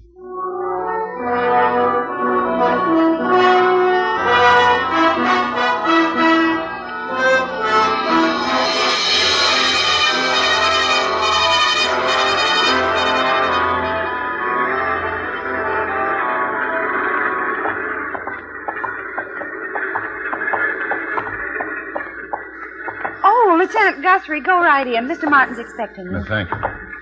Let's go, Sam. Yeah, okay. Oh, hello, Lieutenant. Oh, Mr. Martin. Mr. Martin, this is Sam Rogers. How do you do? Hey. Sam saw the man who killed Godfrey. We think maybe the man we want is working for you. Jules Harrison. Sure. Of course. He's been with the company for nearly 10 years. Well, we'd like for you to send for him, please. All right. Miss Williams, will you ask Jules Harrison to come in, please? Yes, sir. What makes you think it was Harrison? Well, we spotted Godfrey's stolen car in a parking lot. The man who was driving it put up a fight and was killed. When we checked his address, we found it matched Harrison's. Maybe this other man was the one who killed Godfrey. No. Old Sam here says he wasn't. That's right. Yes, you're absolutely right. That stiff in the morgue wasn't the one that killed that fellow and rolled him down the hill. No, sir. Oh, no, that's for sure. He didn't do it. Yes. Mr. Harrison is here. Send him in. Now, Sam, take a good look at him. Okay, Lieutenant. You want to see me, Mr. Martin? Yes, come in, Harrison. Yes, sir. Yes, sir? That's the fellow, Lieutenant. That's him. That's him. You're under arrest, Harrison. What do you mean I'm under arrest? I'm holding you on suspicion of murder. That's the fella. He pulled the guy out of the car and he rolled him down the hill. Now, wait a minute. Stay right there. Yeah, that's him, all right. These gentlemen are from the police, Harrison. So what? I haven't done anything. You know a man named Frank Bishop? Oh, I live with him, but why haven't You know a man named Russell Godfrey? Sure, he used to work here. He got... Wait a minute. You don't think... Frank Bishop had Godfrey's car. Bishop is dead. What's that got to do with me? Bishop just lived with me. One of you made a mistake and cashed one of those checks on the wrong day. I think it was Bishop. I think he got scared and tried to skip town. I don't care what you think. I didn't have anything to do with it. This man saw you roll Godfrey's body out of his car. That's right. I saw you. You pushed him. Just pushed him right over that hill. We think you planned this whole thing with Bishop. You get the checks, Bishop forges them. You've been working here 10 years, haven't you? Yeah. You'd know just what to do with those checks if you had a good forger to help you. How long have you known Bishop? He's been living with me for the last year. I took him in to help with the rent. You should never have cashed that check. Why did he cash it? I didn't mean to kill Godfrey. I waited on the road, and he picked me up. I didn't mean to kill him. Bishop got scared and needed some money. All that planning, and he ruined it just by cashing that lousy check. Okay. Let's go down to the station. Yeah, I guess it's just as much my fault. I didn't mean to kill Godfrey. Things like that happen, I guess, but I didn't mean to. Okay. Let's go. Jail? Don't waste your young fella. Come on. It's nearly 4 o'clock. We serve dinner in an hour.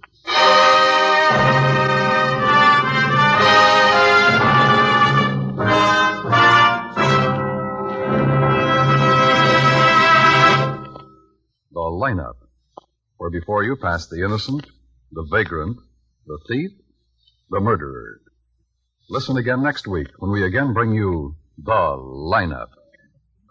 May I have your attention, please? You people out there on the other side of the wire in the audience room, may I have your attention, please? Thank you. My name is Greb, Sergeant Matt Greb. I'll explain the lineup to you. Each of the suspects you will see will be numbered. I'll call off a number, their name, and charge.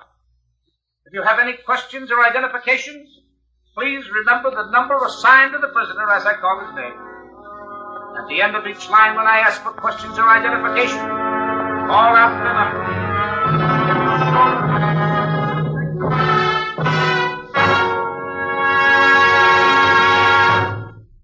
This is the United States Armed Forces Radio Service.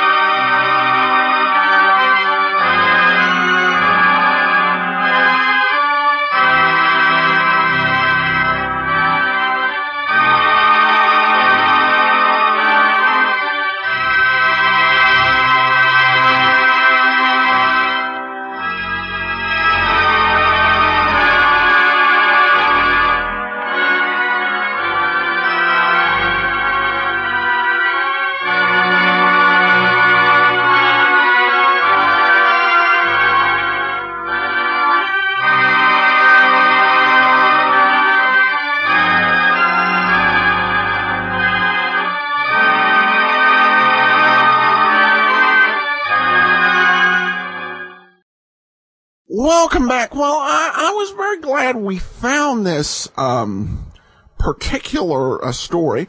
The big reason is in this episode we meet Matt's wife, Molly, which wasn't a moment I wanted you to miss out on. The one thing that I found somewhat questionable in here is they went into the detective show small talk thing right around the woman whose husband had just been murdered. It may just be me, but I wouldn't say that would be a great thing to do while you're right in front of a new widow crying. But be that as it may, this was a good case, and I was glad to bring it to you. And we return to our normal continuity next week. But in the meantime, if you do have a comment, send it to box13@greatdetectives.net. Follow us on Twitter at Radio Detectives, and become one of our friends on Facebook, facebook.com/Radio Detectives. We will be back on Monday with yours truly, Johnny Dollar, and Saturday, join us back here for the lineup. From Boise, Idaho, this is your host, Adam Graham, signing off.